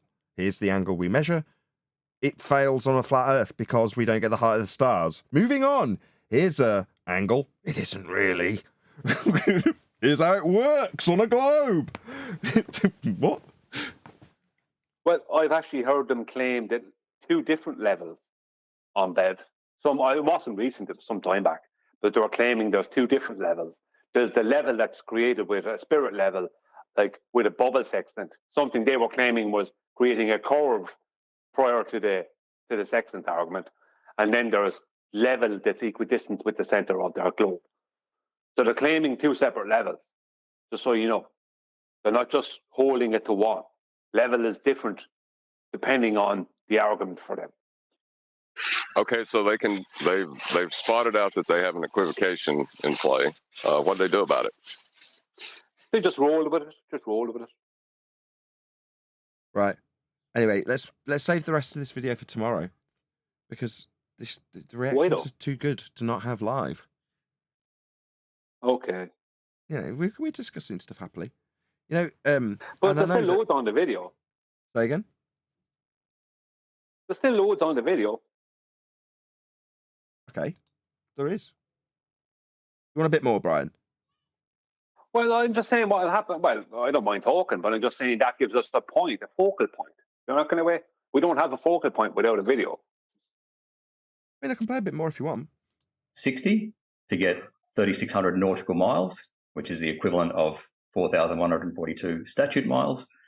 This angle, because these 2 yellow... You're going to need a flat Earth for that. Right, what I'm going to do from here is you shout, I will just pause, you will critique. Okay? How about that? Well, okay. Lines parallel. At that exact point, I have a critique now already. Go ahead. He just claimed the flat plane when he laid out how many statute miles those nautical miles turned into, because statute miles are a horizontal straight line measurement. So if you're dealing with degrees, then there's 69.04 statute miles, right?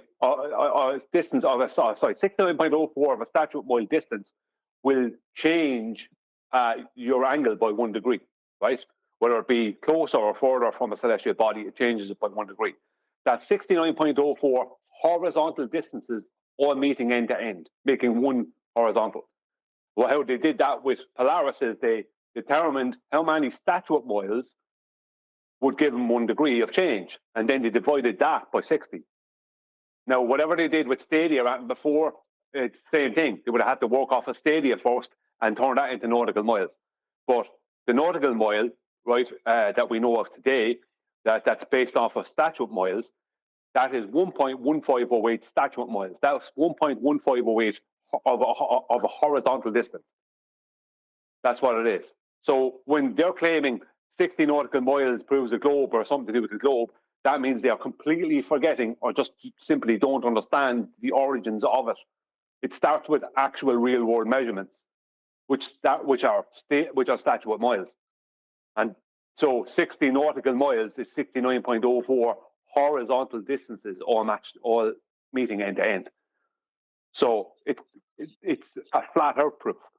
He's just proved the earth is flat when he brought up both nautical, and then really drove it home when he brought up statute miles. This angle can be moved down to the center of the Earth, and then is a straight line from the center of the Earth through the GP up to the star. All right, so this... yeah, he's after just trying to invoke nautical miles again by bringing this angle down to the center of his globe. He's using a horizontal plane through the center of the globe and then trying to use a nautical mile measurement along the curve of a globe Earth. When what that actually is he's trying to measure minutes of degree across the sky. And he's using the arc scale, which is a circle. So he's reifying this arc scale circle into a supposed arc length of a globe. It's totally wrong. What he's doing there is referencing a horizontal plane at all times. Yeah. Their mantra is kind of in a sphere, on a sphere, and they just jump back and forth between the two. Yes.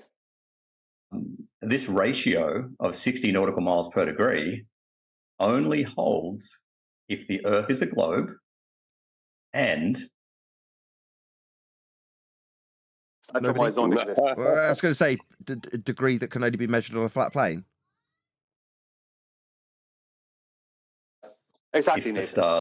Because it has to be measured with statute miles first, which is the actual unit of measurement, actual geometric measurement, the statute miles. 5,280 feet. That's a statute mile. So that has to be measured horizontally. So you're adding 69.04 of them together, end to end. That's 69.04 horizontal distances. That is then divided by 60. That gives you your 60 nautical miles. Nothing to do with a globe. Right. So every time he says words to the effect of this is only possible on a globe, it's ignoring the fact that the angle he's describing can only be measured on a flat plane. Stars are far away. If the stars are close, that ratio doesn't hold. So it fails on a globe because of where you say they are in distance. This is how it actually fails. It fails for a globe for the distances to your stars. That's what it fails. That's how it fails. They have to be far away. Right. And if you're changing angles to them and it's bringing them closer to the ground and they're physical in your terminology, that wouldn't work. But that's exactly what they do when you measure your angles off a flat plane, proving Earth is flat. Sorry, Brian, Well, I'm what he doing just you said what I there- said I wouldn't. I can't help myself. I want to be testing voltage curves. I want to ask John a question about voltage curves. Go ahead. Sorry. well, what he just said there is they have to be far away. How did he verify that? We don't know what they are. They just have to let me be tell what you. they are. I'll tell you how. You know what I mean? He did. He went through it by saying, in false dichotomy, when I measure the angle, it fails on a flat Earth. Now, he didn't hold it up in false dichotomy, but it is being held up in false dichotomy when he says the angle's only possible measure off a flat Earth for the heights for my stars at my distances fail on a flat Earth. He doesn't summarise that in false dichotomy, therefore the angles work on a globe and give us the distances for a globe. He's then going on now to explain how it would fail for the heights when measuring off a flat plane, which all of these angles, which they are, will be. So all he's actually detailing is how the heights of his stars fail when you're measuring angles off a plane, and he is measuring angles off a plane. Yes. Cool. The end. Okay, we've got a minute reply. Go ahead, Nick. Okay, so when you say celestial navigation, you're talking about astro, right? Astro navigation, right? Cool. It's what it's called, right? So Anyone? Just what? Well, yeah, he's right. He's right. It is astro navigation. You're using the astrological bodies to navigate. So he's not wrong when he says that. It says the man who likes to rename things occasionally. No, it's just celestial navigation. That's what it is. That's what it's called. It's not astral navigation, because that's not what it's called. And the fact that, well, you're using astral points, I don't care. It's not called star navigation either. But you're using the stars to navigate. That's correct. Its name is celestial navigation, isn't it? Well, I've seen it being called astronavigation. You can actually search the term astronavigation and get lost. Okay, fine. Yeah. Oh, do you know what specific star you were going to use? Because you know how any star. No, I'm sorry. There's only 58 stars that they use for celestial navigation. So what? There's more than 58 navigation stars. There's a shorthand book that some mariners and I think pilots get that's got something like, I don't know, something like 100, maybe a bit less, like 98. I can't remember the exact number. But, you know, we're verging on triple digits in the shorthand version of the almanac. What's he babbling? Does this guy not have a clue what he's on about? Well, in fairness to him, I have seen all different numbers as per the question, how many actual navigational celestial bodies there are. I've seen different numbers. I've heard 60 something, 50 something, 70 something, 80 something, 90 something. I've heard them all. So I don't know how many there actually is. Yeah, but so you can use any of we them. know where the stars are, and you can use any of them so long as you know their position. Now, whether or not a publisher chooses to go into the detail of giving you 150 or 50 is up to the publisher in terms of whether or not they track individual positions to give them times for you to look up in the almanac when you measure the angle to a star from a given location. Now, that is down to the publisher of the almanac. That's all that is. What's the relevancy anyway? None. There's none. He's just stalling. Oh, it's astro navigation. Oh, there's so many stars. So what? And? Yeah. You dumbass flat earther. You're just stalling. Everyone knows it. Try again. Any star will move 60 nautical miles per degree. I understand there are 57 nautical stars in the almanac, yes. And you're going to need a flat Earth for that. Yeah? Yeah. 1 degree for every 60 nautical miles. Okay? Well, that's going to need a flat Earth to measure the angle. 58 if you include Polaris, yes. Right. And there's 115 that some other don't use. Yeah. Right? So they all obey 60 Who cares? nautical miles per degree. Even the ones not. You're going to need a flat Earth for that. The almanac. Right. So they invented the astrolabe when they thought the Earth was flat. The astrolabe still works today. You mean an astrolabe measures angles, and in order to have this be useful when referencing the ground, you'll need to reference it to the baseline, and that would mean that the Earth, the ground that you're navigating, is flat. It's a tool for measuring angles, specifically elevation angles in this respect. So, therefore, Earth's flat because baseline flat to get angle. That's what you need to actually say. Not, this tool worked when they thought Earth was flat, and this tool still works today when they think Earth's a globe. That proves absolutely nothing. Celestial navigation. Yeah, I think he's... Sorry. Go ahead. I was going to say, I think he just... His point is valid, he's just wording it wrong. It's like, before anyone claimed the Earth to be a globe, they were navigating using a realistic horizontal plane. The same plane they're using today, regardless of whatever claims people want to make concerning their word belief. When you say it, it's a flat Earth proof and a globe debunking and a concise end to the argument. When he says it, it's a non sequitur, meaningless non-conclusion. It doesn't do anything for the argument. It doesn't progress it. QE summarized it. This is fluff. Well, not only that, he's allowing a false dichotomy by saying that what the book on celestial navigation is actually using a globe. What he's talking about, the astrolabe uses a flat plane. Therefore, it's putting them on equal footing. But neither one of them is using a globe. Like, what are they? What is this? This is you saying that they put them up in false dichotomy, both holding a flat plane. He's saying, I've got a flat plane with an astrolabe because I used to use an astrolabe on a flat plane. And Roofy saying, well, we use a sextant now, and sextant's used on a globe. Well, both are using flat planes. They're both being held up in false dichotomy, one with a poorly argued flat Earth and the other with a bait and switch with an angle taken off a flat Earth. So they're both flat Earths, is what you're saying. and you accurately summed this up months ago. What they do is they put two flat Earths against each other, one that's described as being a failure, the other that's described as winning and working, but both need a flat plane. We've just spent 20 minutes going through our Roofy needs a flat plane. Now it's this guy's opportunity to say, this tool measures angles, you'll need a flat baseline. Your tool measures angles, it too needs a flat baseline. We're talking about angles, you're going to need a flat Earth for that. That's what it needs. It's just not happening. Jaren did it at the beginning and then didn't for some reason. Just decried it after he'd done it. I don't get it.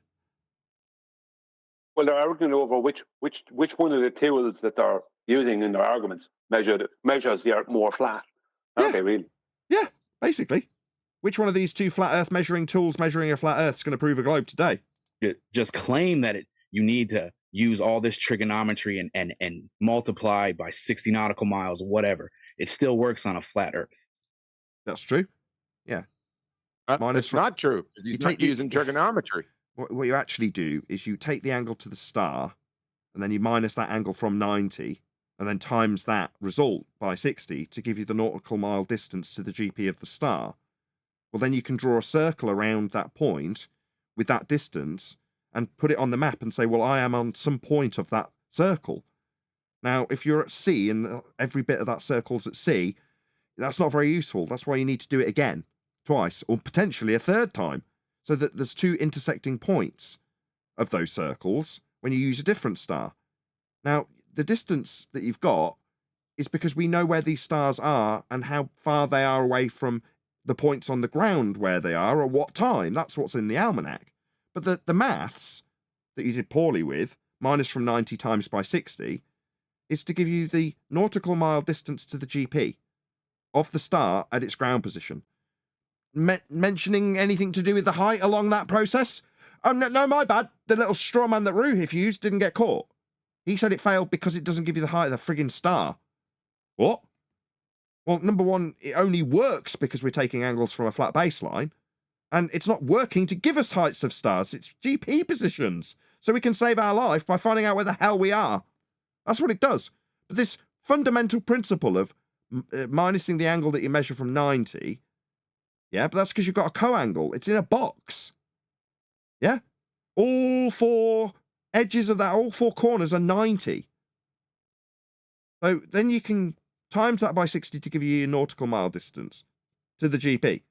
That's useful. That's the process that's saved people's lives. This guy brushes it over like, yeah, but it was still done on a flat Earth.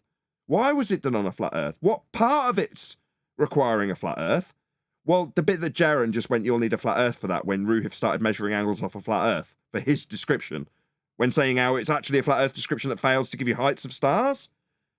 I mean, these guys need to brush up on what's actually happening here. No, it doesn't. There is $10,000 up for grabs. MC Toon has said if you can get a position on Earth using these three stars and a flat... If you can get a position on Earth using these three stars with angles measured off a flat Earth. McToon's a criminal. He's a fraud. He's a liar. He's a cheat. And he should have somebody who's a governing body of people who put out challenges on YouTube governing him and removing him from the site. Because his challenge is to prove a flat Earth with angles that can only be measured from a flat Earth. I've pointed that out to him 87 times. Have I got 10 grand out of him? No. His challenge requires a flat Earth. I've pointed that out. He hasn't given me 10 grand. This second-hand shyster fraudster Roofy is now peddling the same fraud. Yeah, we've proven it, Roofy. That's why we're here telling you how you needed a flat Earth when you did the same thing. Now you're going to hold up Toon's challenge like, look, there's 10 grand out there for grabs. What, if you show out a flat Earth is absolutely required? He won't give it you because he's a shyster. That might be why McToon didn't allow me to speak on his channel, because then he would have had to pay you, right? Yeah. 87 times I've told him. Got them all documented, got screenshots of me telling him and his response. Has he given me 10K? Has he? Hell. His challenge to lay down the challenge in the first instance required a flat Earth. He's describing the challenge with angles measured off a flat plane. But he's so stupid, he thinks that if he starts the challenge with angles that were measured off a flat plane, he can ask how the angles measured off a flat plane work on a flat plane, and then show how the angles worked at the centre of a sphere on a plane in a sphere for celestial navigation for angles that don't come from the surface anymore. There you go. Toon's challenge answered. He won't get me 10 grand, and this doesn't count as an 88th time of telling him. But meanwhile, this shyster is more than happy to say, angles I said don't work to give me heights are now angles that aren't angles and only work on a globe. Toon's got a challenge for our angles that aren't angles that we've already got named and numbered can only work on a globe. And if someone comes along like me and tells him that those angles were required to have a flat earth to measure, he won't acknowledge it. He'll ignore it 87 times and carry on peddling his deceit for pain relief, which is all this is. Not because he's got 10 grand to give anybody when we prove to him that Earth's flat and his challenge requires it to be so. It's so he can hold it up as a fraudster to say no one's ever got the 10 grand. Yeah, that's because even when you prove it, he doesn't give it you. So what's that worth? Zero, other than me being able to legitimately call him a fraud and a con artist and ask why YouTube allow people who run competitions offering 10 grand to not pay out. I ask myself, why do YouTube let these charlatans peddle their lies and their false competitions? Earth, you get 10 grand. No one has claimed it. I've claimed it. I claim it. You need a flat earth for the angles. I've told Toon personally 87 times. You lying shit. Have you gone around and checked if everybody's tried to claim it? I know many people who've said that they've tried to claim it from him. You're just a bullshitter, aren't you, Roofy? Need to lie to Glurf. Why does it have to be just those 3 stars? Why can't it be the other? What the stars that are in his challenge required a flat earth to measure the angle. For there to be a challenge, there needed to be a measurement of the angle. And that required a flat earth. I keep saying it till I'm blue in the face. It won't get me 10 grand. 55 or 50. I'll make a challenge just for you with whatever 3 stars you like. Is that okay? Okay. Sure. I'll give you 10 grand. Okay, cool. Okay. Done. Really, Roofy? Would you extend that offer to me? Because I will friggin' hold you to it. Have I got Roofy's contact details on Skype? Timestamp 3413. I'm going to ask Roofy if that offer is open to me. I can take any 3 stars and prove a flat earth with them. No worries. And you'll give me 10 grand for it, right, Roofy? You offered this guy live, and I'm now saying to my audience, Roofy does have a channel that you can go and ask him. Does this offer of 10 grand to prove a flat earth with any 3 stars extend specifically to Nathan Oakley? Because I want to offer him precisely that. And see if, like Toon, he'll give me 10 grand for it. Because he won't. He's a charlatan. Roofy is just like Toon, a fraud. I'll be 10 grand richer. Well, the challenge has stood. MC Toon's challenge has stood for 18 months now, something like that. Enough time for me to give 87 renditions of the rebuttal that it requires a flat plane and him not pay me. I mean, yeah, I can offer up a Lamborghini for anybody who proves a globe. And when someone comes along, sticks me on a spaceship, sends me out into space and it's flat, yeah, I won't have to give him a Lamborghini and that's legitimate. Meanwhile, offering a Lamborghini to prove that grass is green and then having somebody come up to me with a handful of green grass and me saying, I'm not going to be giving this Lamborghini away until someone shows me green grass. This is the green grass. I've shown it 87 times. You think this is worth something? Yeah, to Jaren's audience, maybe. Because they don't know any better, do they? MC Toon is a different kind of. How's this going down? There's pain relief, by the way. You look quite pleased about this at the moment, Roofy. Yeah? This little bit of pain relief that nobody's managed to overcome a 10 grand challenge. Yeah, we have, Roofy. Multiple times. Is this shattering your pain relief? Yeah? Was this a nice little ploy to get you some sleep? Yeah?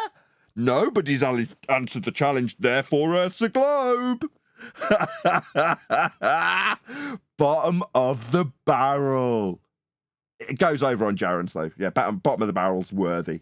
person, but go ahead. Well, no one has submitted a correct answer yet. Really? 87 renditions of how the angle that you demonstrated and you measured off your flat plane on your graph would be the same methodology to acquire any angle because it's two straight lines. Therefore, the angle in Toon's challenge, angles, required a flat Earth to measure. You think that reiterating it 3 times won't get me pointing it out for the 5th time to you personally? That you do absolutely require a flat Earth for those angles, Roofy? I wonder how you'll sleep tonight, my friend. I'll sleep like a baby. You will not. You will dwell on how non-globe shaped and flat Earth required your religion really is, because we've pointed it out to you. So regardless of what you think of MC Toon, no one has submitted a correct answer. I think he's a charlatan and a fraud, and I can prove it, and I have submitted an answer to him personally 87 times. Because his let me look at his whatever claim. Let me look. His claim is that flat Earth measured elevation angle measurements to stars can't work on a flat Earth. And that's also the undoing of his challenge and the proof of a flat Earth that is required for the angles in his challenge. Okay, I don't really follow him. I need to look at his claim. Neither do I. But he does follow me, and therefore my responses to him, all 87 of them, were in my comments when MC Toon was on my videos watching me. MC Toon watches me. Jaren definitely watches me. And Roofy watches, don't you, son? Yeah? Claim, and then I'll get back to you on that one. Okay, we seem to get to the bottom of that one. We've already done it for you, Jaren. It must annoy you greatly that we've already covered this and undone it. Next, Nick, I believe. Maybe when your commenters tell you how we covered it a long time ago and you're failing to, that will annoy you too. Claim number 2. What was your claim number 2? Oh, no, you're saying that. Oh, I saw you're saying you already did it. Infrared proves no curve. If you guys have any questions for either of the guys, you can send in super chats. Yeah, we got you. Yep. Miles. You probably know Vistaprint for business cards, but did you know we all... They're still very, very tall. Very, very. About 150 feet. 150 feet? Wow. I'll have to get back to you on that, but I'm pretty sure they're well over 100 feet. Why do we need to know how high they are in feet it's on when their looking website. at things in the distance? Is this going to prove that Earth is flat? Why are you making a claim about how high boats are when this is the globe's requirement for a physical geometric sphere edge? They call the horizon when they can't even have a horizon on a globe. But yet you're using this as a claim. What's going on?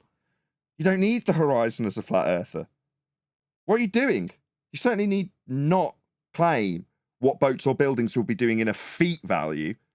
If we're talking about how things behave into the distance when looked at, that's an angular relationship. This is perspective that we're detailing. The feet and inches value won't change with distance. Yet you're describing how things work at distances. Won't be proving a flat earth either. It's a globe claim. The Kentucky Dam, or whatever that dam is called, is on the Kentucky Lake. Okay. And you see these ones in the rear, they're even further. That would be where my argument ended. See these things? It's because they're there.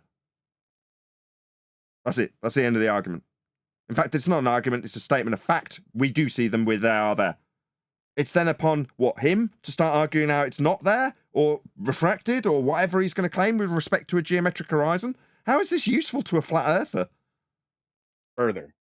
Maybe. Sorry, the tall ones. How big are the tall ones? Give it him in feet so he can tell you how, the same feet and inches value would be obscured by an earth curve edge at the horizon? He needs it in feet because he's not going to be using perspective, even though literally about 20 minutes earlier in this discussion, he specifically told us about how angular resolution would be the reason things didn't resolve, and it's definitely not earth curve. So given that how well things will resolve, that's an angular resolution description. But he's asking constantly about how many feet it is. Shouldn't we be concerned about the angle to it? These ones here are claimed to be 150. 150. So the tallest ones are 150. Okay.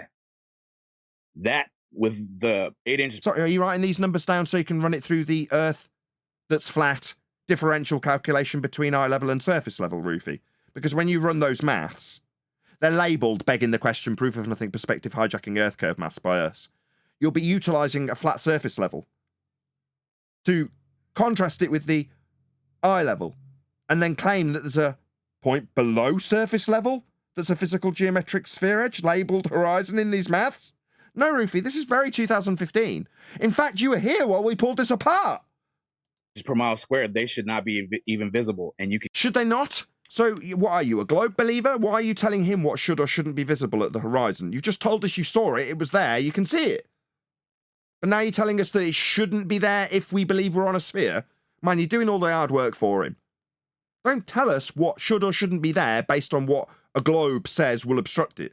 I don't want to hear it. From a flat earther, I'll get annoyed with you. If you can't figure out why, then that's your bad. You can clearly see pretty much all of it. Okay, and that proves Earth's flat, does it?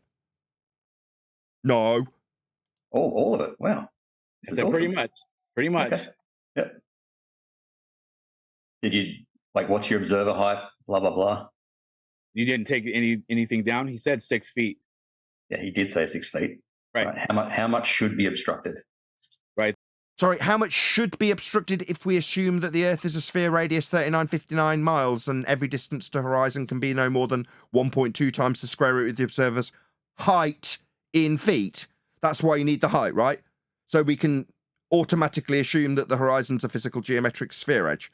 Now, horizons aren't possible on a globe, Roofy. You should keep up to date with the flat Earth debate. It's actually QE's argument. Right there. How much should be obstructed? Pretty much all of it using globe. Should it? Math. Yeah, why are you offering up an argument for how much should or shouldn't be obstructed by globe Earth maths? That's his claim. Do you have a number? Did you bother to put it into? Did you bother to run it through my begging the question, proof of nothing, perspective hijacking Earth curve maths that gives you the differential from eye level to surface level, which is flat? Did you do that? A curve calculator at all? Run it through the begging the question, proof of nothing, perspective hijacking Earth curve calculator for the feet and inches value that will be obscured when ignoring the resolution that you said was important earlier, Ruhif. Why would you be doing this? I mean, this will only last a short period in pain relief terms. Go ahead, whoever from G+. Yeah, when Ruhif said to him, right, and it's a common question, then how much of it should be obscured? The answer to that question is, obscured by what?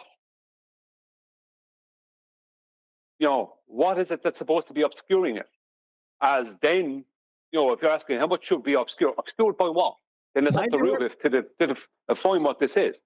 The refracted horizon that isn't geometric anymore. Yeah, exactly. So what can he say at that point? Well, he can say, well, a globe's refracted horizon means absolutely nothing.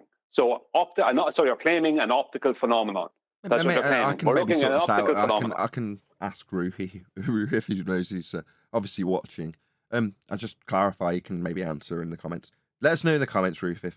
How's that geometric horizon working out for you?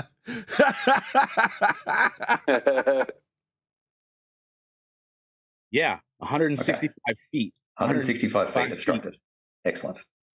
Excellent. Now I've got some maths that I can hijack. Surface level being flat, and eye level, and claim there's a geometric tangent point horizon below the surface level because you've given me the height in feet. What about the angle? I mean, you were telling us all about how the resolution was not Earth curve earlier. I mean, we got it on tape and critiqued it and laughed at you and mocked you for it. Cool. And you reckon those are 150 feet tall? So can I be shared now? 1 sec. Yep, you got 1 minute. Doop-a-doop. All right, so I took some transcripts of the video. I'm probably going to call them and get... One more time. Did they cover how he got the height? I don't know. I don't think they did. So even if he does infer height, I love it. I'm going to need a flat Earth for that height. Go ahead, John. Right. If you're going to say 150 foot, it's not like you run a tape measure up. You took an angle from a flat plane and you calculated the one side of the triangle for terrestrial trigonometry. And you use perspective, which means that is not part of your globe mathematics. Hold on. Ring, ring, ring, ring. I've just had Roofy on the phone. He says, nah, he just got it from Google. Yeah, you can't use angular sizes. That's perspective. It's Well, not, no, if it's not part of your... no one's here in the Lamborghini going by. You got it off Google, and would Google be globe-shaped? All of the maps and topographical heights that are given to you are with reference to a flat plane. So it doesn't matter what he references. If he's giving a height from anything, any reference he gets ever for these heights of these buildings or whatever he's looking at in any respect will always be with respect to a horizontal plane. Now, I know that with respect to Google Earth, where Roofy commonly gets his values from, because he did them when he was here. Well, those values, we also point out to Roofy, come from elevation profiles off a flat plane in Google Earth. He was here when we pointed that out to him personally. So what's he doing? Oh, he's just seeking pain relief. I keep forgetting. No, it's a little bit more than that. He's actually going a bit more than that because he's not dealing with an orthographic elevation graph on Google Earth. He's dealing with an actual angular size that he's then determining the actual size of based off its angular perspective size. He's going to need a flat Earth for that. Well, he's going to need a flat Earth for that, but he's also going to have to. He's also going to have to explain where this perspective is within his mathematics that he's going to refer to later. Where is the flat plane you needed in your mathematics, and where is the perspective that you need within your mathematics to make this claim? Because it's twofold. It's not just the flat plane. He's also claiming perspective. Can't leave him off. Data on exactly how tall they are, blah, blah, blah, 120 feet. And then in 15 minutes, he goes 120 to 140 feet tall. And then you should see just the very tips of them. So these are all your friends' statements. But if you had done a little bit of research, where is it now? If you had done a little bit of research, you would know that the FAA keeps a database of all the towers that might be obstructing to aircraft. All right, so they will tell you how tall these towers are. Off a flat plane. Yeah. Can you see on screen how tall the towers are? On a flat plane. 157 feet. With reference to sea level. Flat plane. No. Tell me again how tall the towers are, where it says tower height. 157 feet. No, the 4 tall towers, where it says tower height 358 feet. 358 feet. Right. What about the angular size from that distance? Can you give me that? So they're not 150 feet. Well, they're a little tiny speck of blurred nonsense in a picture in a camera. This looks like an overhead view. This looks nothing like the image that I just had. But what you're saying is when you give us the height off a flat plane, it's higher. Okay. So the height off a flat plane is higher. Where's this going, Roofy? Okay. The tall ones are 360 feet or so. And off a flat plane, yeah. Proving Earth's flat. And they are also on ground, which is higher than the water level. The water what now? So Roofy is using the water level to tell you how high they are. Yeah, and they're all referenced to the same level. Earth is flat. Yes. Okay, it still doesn't work on your globe math. Really? Okay. So you said 165 feet should be hidden. Correct. Should be hidden according to the begging the question proof of nothing perspective hijacking Earth curve calculator and the differential calculation of the difference between eye level and surface level. Surface level being flat, and the point you're claiming blocks these boats and buildings for your hijacking perspective calculation is below that surface level. No, Roofy, the heights themselves have come off a flat plane. Right. How much higher are these? Off a flat plane. Above the water. The level, off the level. Yeah. And yeah, exactly. Are these towers diverging from each other, or are they all based off of their vertical height above the horizontal mean sea level? Yeah, but these are going to shrink into the distance, and then I'm going to claim that shrinking is them going over Earth curve when I take the differential between eye level and surface level and hijack perspective in Muppet vision. Yeah, well, exactly. Even though I've used perspective, and I've used angular size and angles as part of my argument earlier in the debate.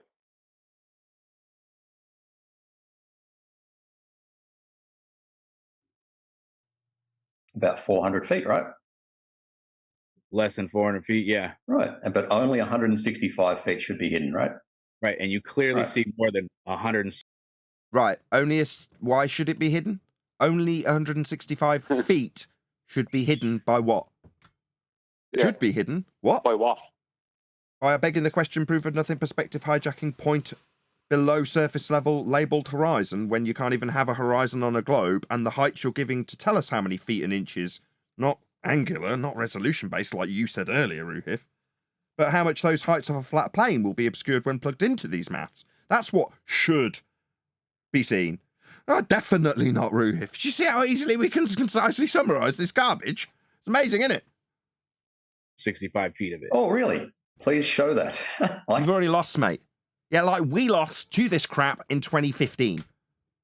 Until we figured it out and got wise to it. Then Ruhif never returned, ever. Literally, since that day. He's never been back. Here he is. At the point he left. Still peddling it, right? You're so dumb that you can't even refine your arguments beyond 2015, Ruhif, and you're still peddling the same crap. Literally, the point that it failed here, you left and just carried on peddling it even though it failed here? Wow! Man, you've got no abilities mentally, have you? Yeah? Where's your out-of-the-box thinking? Where's the refinement to the arguments? Where's the new arguments? This is it. What, you carried on where you left off with us failing? Wow. They can't progress.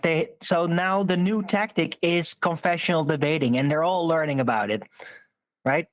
So how can we basically explain something that hints at the truth that would completely undo the globe Earth model idea, and then just say it in plain sight like it doesn't have any consequences? And that's what they do now. That's where they're all going, because they can't move on from actual argumentation that they've had in the field, because that would take the bottom from underneath it all every time. Well, when Ruhif or someone similar says, on a globe, blah, blah, blah, blah, blah, right, would happen. What globe? You know, it's instantly into the oldest trick, which is begging the question. Yeah. What globe? You must prove this thing. That's the whole point of this debate. You can't just pre-assume a globe. You must prove this geometrically. Exactly. You know, and if you can't, that's it. That's not how the religion works, though. The presupposition is a given. But that's why the title of the calculator. That's why the title is the way it is, right? Well, how much is going to be obscured? Well, why are we talking about how much is obscured? Well, as per the begging the question, because we're automatically all assuming we're on a globe in this scenario. Look how chuffed Ruhif is. Everyone's already begging the question with him. Yeah? This trick of getting people to lose by luring them into the calculation, that would be the begging the question, proof of nothing, perspective hijacking, earth curve calculation, is where they win. He's only got one trick. He's a one-trick pony. What a pathetic weasel. No wonder he's never been back. Yeah. To be more precise, it's an affirming the consequent form of logical fallacy every single time. Well, I can't does see he more than wake up 165 and say feet. to himself, Yes, how much Sorry. of that stadium should be blocked? Sorry, I'm just saying, I don't wake up and look at the local Greyhound Stadium or whatever place, football pitch or whatever, and look at them and go, at that distance, how much of that should be blocked? That never happens. I've never done that even one time. Oh, surely. No, it's done all the time. It has a high degree of practical application because it's used all the time to affirm you're on a sphere. Very practically useful. Yeah, ballers don't bring it up unless somebody challenges that maybe what they're looking at is not a sphere, right? And then it becomes relevant. But I mean, there's not a lot of globers that are continually counting where something is and that proves the curve. It's something that really gets triggered as soon as somebody says, no, it's not a globe or it's flat. That's when they start calculating it. You can. Just because you say, hey, no, we're going to go back. We're going to do it again. And I'm going to do it do it again. Try, do it you know, this those massive cranes that go across that bridge. You can see them. No, you can't. Look at the video again. You can clearly see the cranes over there. No. You're talking about the cranes that lift stuff. I'm talking about the cranes that carry the freight. Yeah, you can still see them. No, you can't. Okay. All right. Yeah. Anyway. Okay. I'm gonna do it again just for you. Okay. A rubbish observation. Right. Didn't get an accurate height for the towers. Didn't account for any refraction or atmospheric effects. So going through how the opponent as an individual has failed miserably when both of you have been utilizing flat plane heights, or you're begging the question, proof of another perspective, hijacking Earth curve calculator and its differential calculation between eye level and surface level to infer that there's a point below surface level you label in your maths in orthographic view the horizon, to claim that a certain amount of feet and inches that won't change with distance is obscured by the horizon as it's labelled in your maths. Not in reality, because the globe can't have a horizon, because it would be horizontal, something that your horizonless globe would not afford you, because it has curve.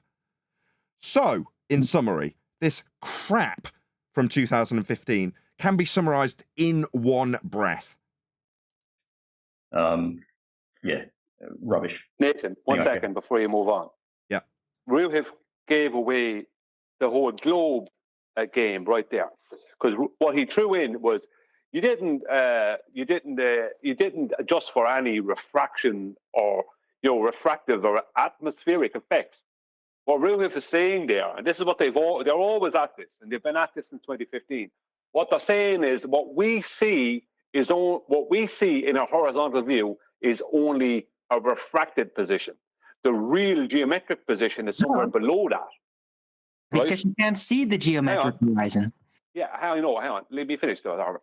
What he's saying without admitting it is that what I'm claiming is that there is a physical geometric position, that this is refracted from, that we can never see because we only ever see refracted positions. And I'm subtly throwing that in there as if it's your fault for not including this complete and utter nonsense that I must believe if I want to believe I'm on a globe. And it's going to make this guy Nick look bad or feel bad because he didn't adjust for what? What is it that Nick didn't adjust for? Over some variant of over 6R rubbish that's based on an R value that was never measured because we can't see the physical geometric horizon that we would need to measure it because it's always refracted. I see. So we base our... Hold on. Let me just try and summarise. Hold on. Okay, Darwin, then I'll summarise. Go ahead. He didn't use the terrestrial refraction pronouns. So it's like, how dare you? Okay.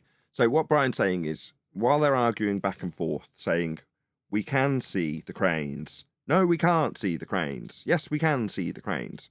What should be said is, flat earther, I see the cranes. There they are. And what Roofy, the globe believer, should be saying is, no, what we're actually seeing is a slightly refracted, non-standard refraction holographic projection of the cranes behind the slightly looming non-standard refraction hyena holographic projection of the non-geometric apparent horizon, so that we can see the cranes in their non-geometric, non-physical position. Because Earth's a sphere. Yeah. Yep. Yeah. Well, what Roofy is saying is that you didn't account for this crazy nonsense that I must believe in for me to keep believing that I'm on a globe. You're not taking into account the amount of refracted blockage that is visible at the cranes that's blocked by a refraction that's based off of a geometric globe that has zero geometric measurement, and there's no evidence for it in reality. Well, again, we can get this cleared up in the comments by Roofy, who definitely watches. How's our geometric horizon working out for you? Just leave it in the comments. Just let me know. We can't measure the geometric horizon. We can only calculate it. Okay. Rubbish. You got claim number 2. My claim. Are you going to be sharing? Sharing it? Yeah, 1 second.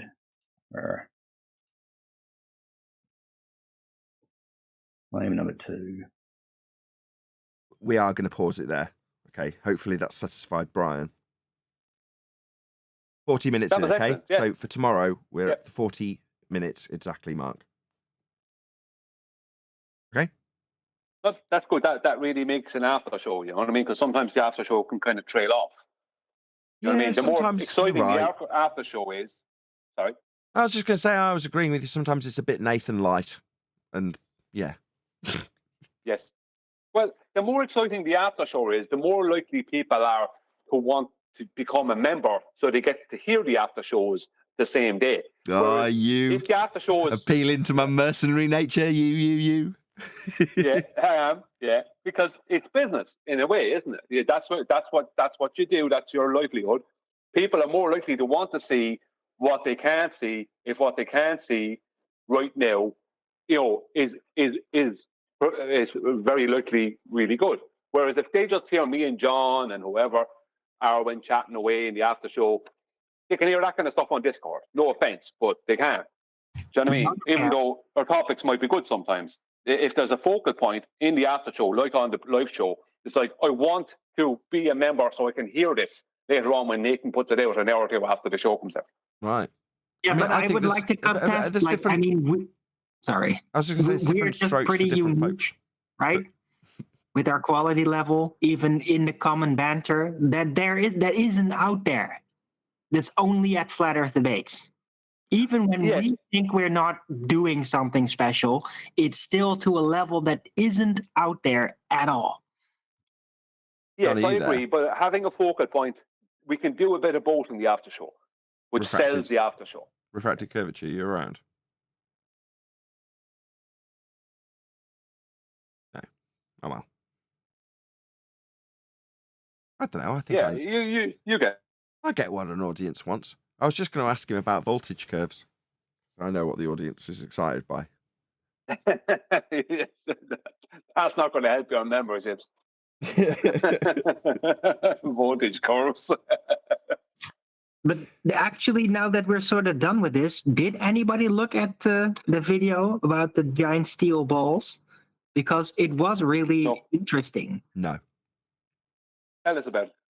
Well, it's a pretty high-tech propaganda piece. And it's almost addressing gas mechanics, except then they just put it in space. It's psychologically really interesting, and it's not that long a video. So it would be. What are they doing, though? I don't understand that either. And then maybe decide whether we would review this or something, because it's not like a prominent debater or anything in there. I'm down for that. I'm glad you're taking up a bit of slack where 10th Man used to. So. Yeah, I implore you, please provide videos. Stick it in. If we weren't covering Jaren today and you just stuck it in the link, it's a convenience thing. Like, the reason the ones that 10th Man gets covered are because he puts them there at the right time. So he's got a link ready, and then I get after the housekeeper, I'm like, what are we gonna do now? And then 10th Man, I've got a link for a video. Now, am I gonna have time to critique the title? By the time I've brought it up, we're covering that video. So today, if we hadn't have had Jaren to cover, or Jaren's show to cover, I'd have just clicked on that and we'd have done it, Arwin. Yeah, it got snowed under. I reposted the link, though. Yeah, but that's no good. Missing out what I'm trying to say. It's all about timing. Yeah, but I want you guys to just watch it and then think whether it's review worthy. Because it's not, you've done that. It's not that technical. Well, you've already done that. I have not reviewed it. Well, then why are you recommending it? Oh, because I think it's really good. Well, I think it's worth watching. If you haven't watched it, how come you can think it's really good? Because I did watch it. I didn't review it. I didn't talk about it on my show or anything. Yeah, but that's not the point. The point is that when I asked you earlier on what it's about, you gave me some vague generalization, and I have no idea what the video is about. It's about a claim of the first types of satellites that were created by NASA. That was basically giant metal plated balloons. And that's what they're talking about sending metal balloons into space vacuum and all. It's really weird. But that's what it's about. And it's nothing like, I haven't seen anything like this out there before this video, and I've seen a lot. Yeah, but is there not anything to that old review on it? video. What you just told us there? Sorry. It's pretty new.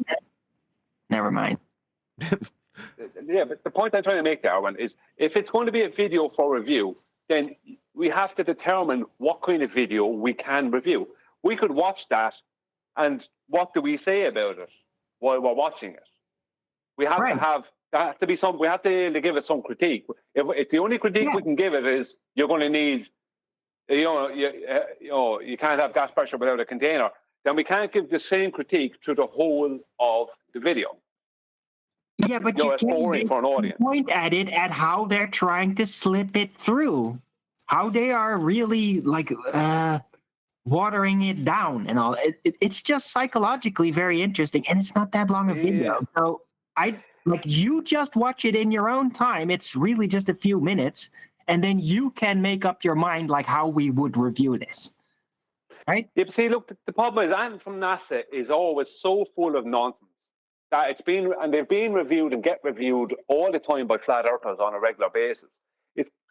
I don't know. I think a lot of time stuff from NASA is so generic that it's so blatant in your face. That's what I'm saying. It's specifically different because now it's a balloon in space. I've never seen that claim before. They claim it's not about the future or right now. They claim that this happened in the 20th century. It's really weird. Check it out. Yeah, but a balloon in space can't work because if space existed, we wouldn't be alive to create the balloon. And even if we made one balloon, right, before we all died, that balloon, the gas inside the balloon would expand, you know what I mean, to fill the available volume. All this, that's the magic. Yeah, because that's what they're saying. The steel, I understand. The steel is on the outside to stop the balloon from expanding too much, blah, blah, blah. Like, no, you can't stop it. That's why they have the steel on it. They're trying to pretend they're stopping it. Well, they say that they're like, it has to be much less gas in there so that in outer space, it's not going to blow up and all that. It's like, Yeah, they have to release gas. Yes, but I just thought the video was done interestingly. Right? Yeah, it's not just some dumb anti-flat earther that's just blah, blah, blah, see, flat earthers are dumb. This is like, they're actually trying to give you a technically sound explanation, but from a NASA perspective. But they're actually sort of doing their best. And that's what's so interesting about this. I don't know. I think Bassano touched on this back in the day. But this specific video is pretty recent, so. Yeah, but it's Project Echo, right? Yes. Yeah, he touched on it. Yeah, Robert was the balloon guy. That's right. It's too far back. It's too far back in the past. I can't. I don't know exactly what it was. I just know generally speaking. I just thought it was an interesting subject and an interesting video in the light of everything that we have learned over the time. I mean, if we'd review this video like 3 or 4 years ago, it might have been a bit complicated. Things would have slipped us by. But right now, when you watch this, you see everything. So I don't know. Just check it out. I don't know. As a review, I don't know if we can review something that is a NASA video about some NASA thing. What do we do? It's a small video. Hey, we review astrophysicists, right? They talk a lot of nonsense. Well, this is basically a concerted effort of different astrophysicists that kind of slip it through and like make you not realize the second law of thermodynamics actually does apply everywhere and not just within a little mention that they give it.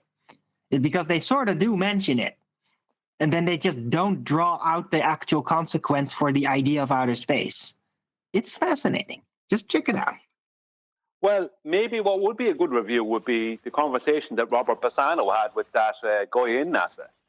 The guy who was a pretty high-ranking guy when it came to some of the data. The guy who had been working in that sector for 24 years. And Robert Bassano was asking him questions. He said, you know what? That's a good question. I always wondered that. Do you remember that guy? Maybe. He was just being honest. Maybe, or maybe you could just watch the video and not just like make up 1,000 reasons why we shouldn't No, review this it. is the section where we talk about the video that we're going to talk about. This is a new bit.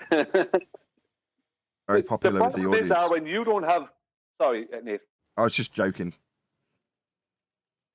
No, but it's true. Well, the problem is, Arwen, let me lay out the problem here. The problem is that you don't have confidence in the video. So how am I supposed to have confidence in the video? What are you talking about? I've been defending it for like half an hour. Yes, but you're saying someone else should maybe have a look at it and see if it's worth reviewing. You should know. Yeah, well, you should say this is. I'll review it on my show then, okay, bitch? If that's you should just say we should review this. We gotta review this. We should review this. That's why I posted it yesterday and said, "Hey, this is a really good video. Might we review this?" Question mark. On what basis? On the basis of the subject, a balloon in space, and that they talk about pressure differentials, and it's all really kind of funny right there in your face. On that, did you watch it? Yeah, I watched it from beginning to end. It's a very short video, like 8 minutes or 7 minutes. That's what I thought was the problem. I thought you hadn't actually exactly. watched it, and you were just recommending it, even though you hadn't actually watched it. That's what I thought you. What? No, I did actually watch it. I mean, I'm not gonna. Oh, guys, quickly review this 2-hour video that I obviously haven't watched. It's like 8 minutes. Yeah, I'm gonna watch it. So, is it worthy of our review? Yes. Okay, there you go. That's not what you were saying earlier. What you were saying earlier was that if we watched it, we might make up our minds of whether it was worthy of a review. No, that's you weren't.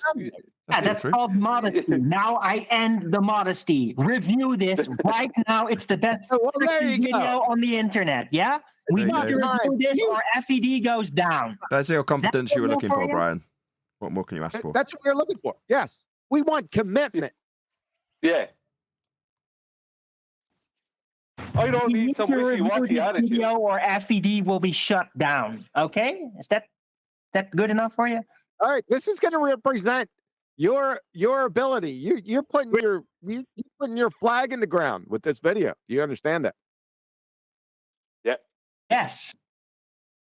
Your reputation is hanging on this FED is going to go down.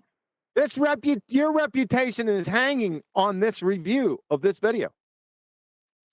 Well, my reputation was kind of loopy anyway, so I don't give a shit. Well, why don't we throw it on there, and then we'll decide whether Arwen's reputation is good or bad.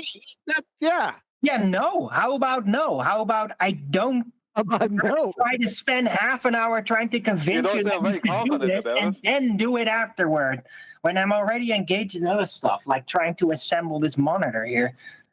You're too busy to be involved. I'm not hearing confidence. No, Nathan, if you just want the first minute of it. Stop being such a pikey, for fuck's sake. If you just throw on the first minute of it, and not all Irish are pikeys. That's racist.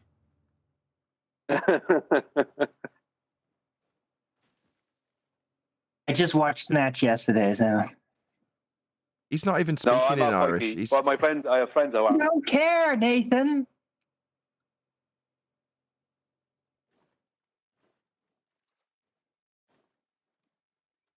I'm just going to say what I'm going to say. We reviewing this or what?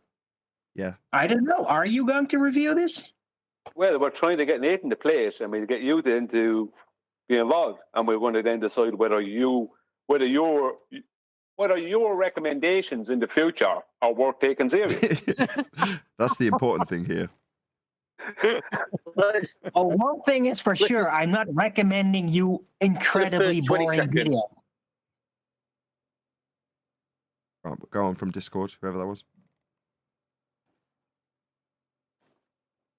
No? Maybe not. Ed, you're going to need a flat earth for that or something? No? Fair enough.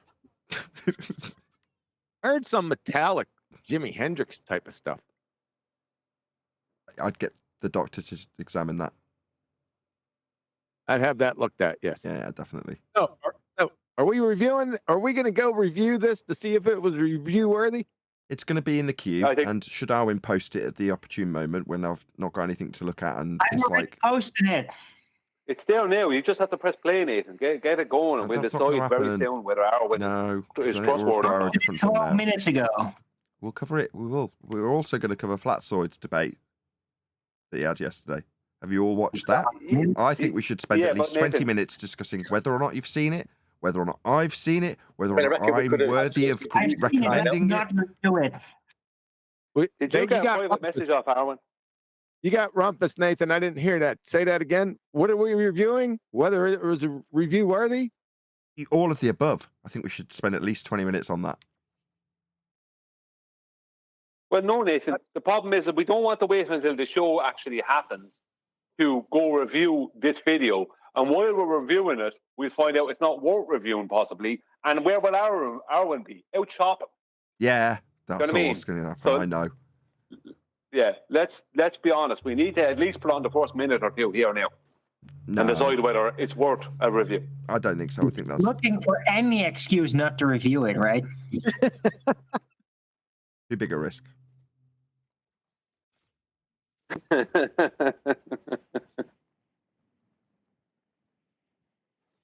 Oh, shit, I forgot. Did you guys get a chance to review? I put it in Master B and a couple other spots and in Ballbusters where shit said 40. Use my arguments. He was reading right off my website. That little weasel. What's wrong with that? I just found it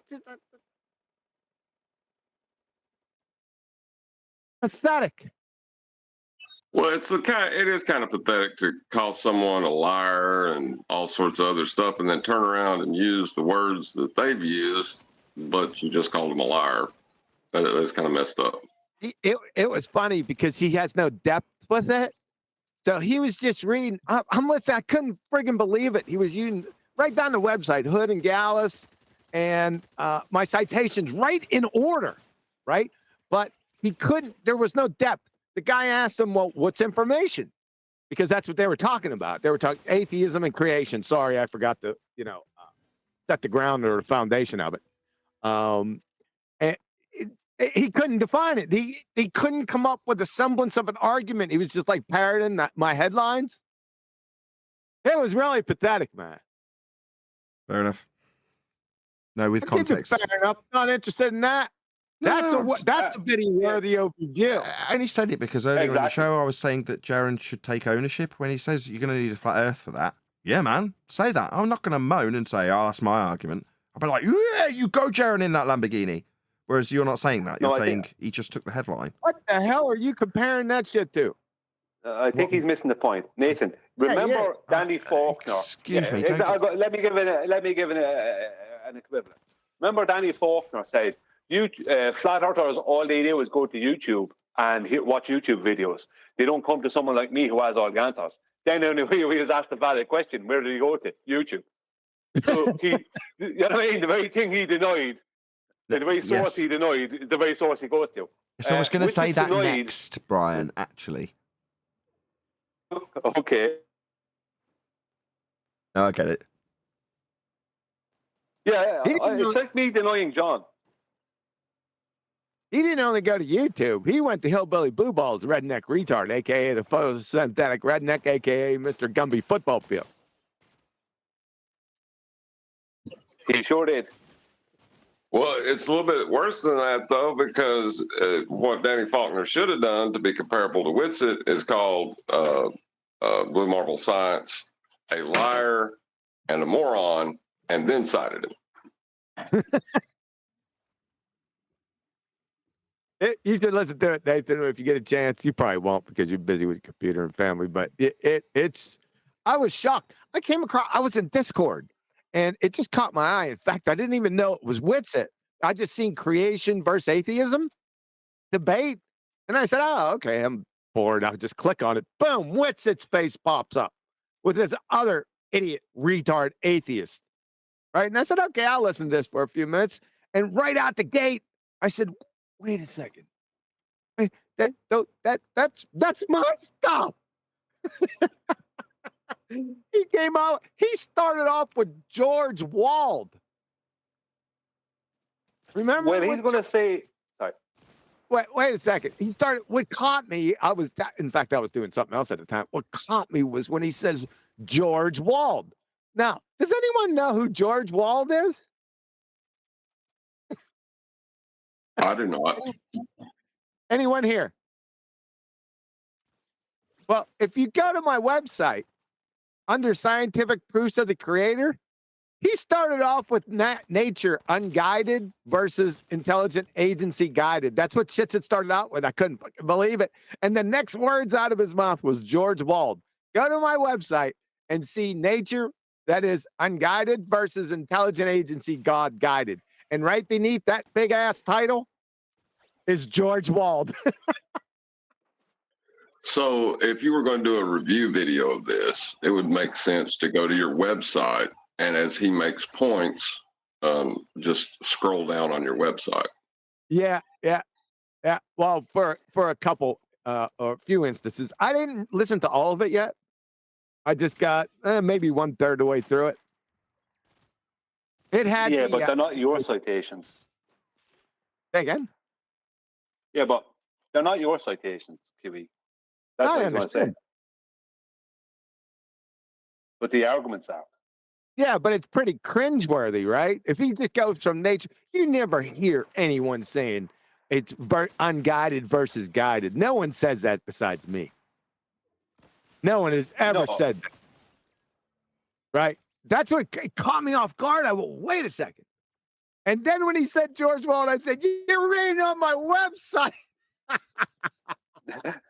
No, I didn't mean that. And when I say they're not your citations, I don't mean that as a slight towards you. What I mean is that's the defense he's going to use. Yeah, you know what I mean? If someone brings up that. Yeah, I understand it. It was funny though because then he got into information. He only used the first proof. Oh yeah, I just got a delivery. Right. He only used the first proof.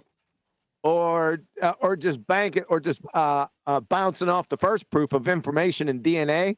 Guess what the second proof is? Quantum mechanics. Oh yeah, isn't that interesting?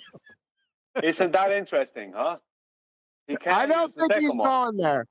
I don't think that's the next one in line. But he can't use the second one. Yeah. He's already denied it. Yep.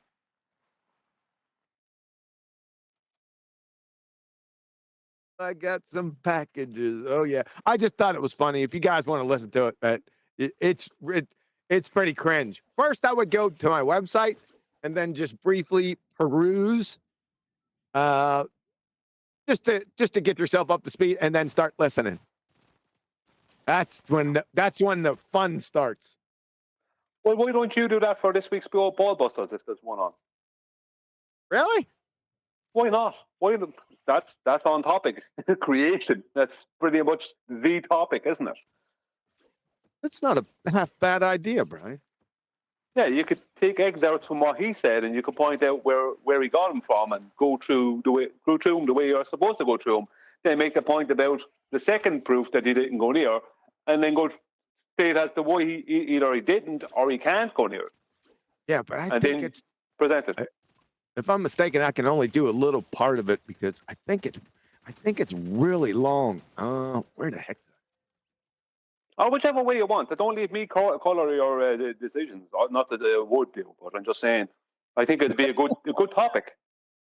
Not that it would. Yeah, I mean, no matter what I say to you, you're going to make you will make your own decisions. You think? I'm just saying, like, as a suggestion, that's because you'll be doing the presentation. As a suggestion, it would be a great presentation to do. It's over 2 hours. And my point about the citations being QEs, it's not that the citations belong to QE. It's that the order that they're given in, if they follow that order from QE's website, that is jacked up. And with that, I'm going to say another huge, massive, enormous thank you to both Discord and G Plus panels for making today's after show possible. And of course, a massive thank you to all of you in either Nathan Oakley 1980 or Nathan Oakley Premiering streams, hopefully smashing the super chat, liking, commenting, sharing, subscribing, joining as a Nathan Oakley 1980 channel member, and all that good stuff. I've been Nathan Oakley, and I will see you all in the next video.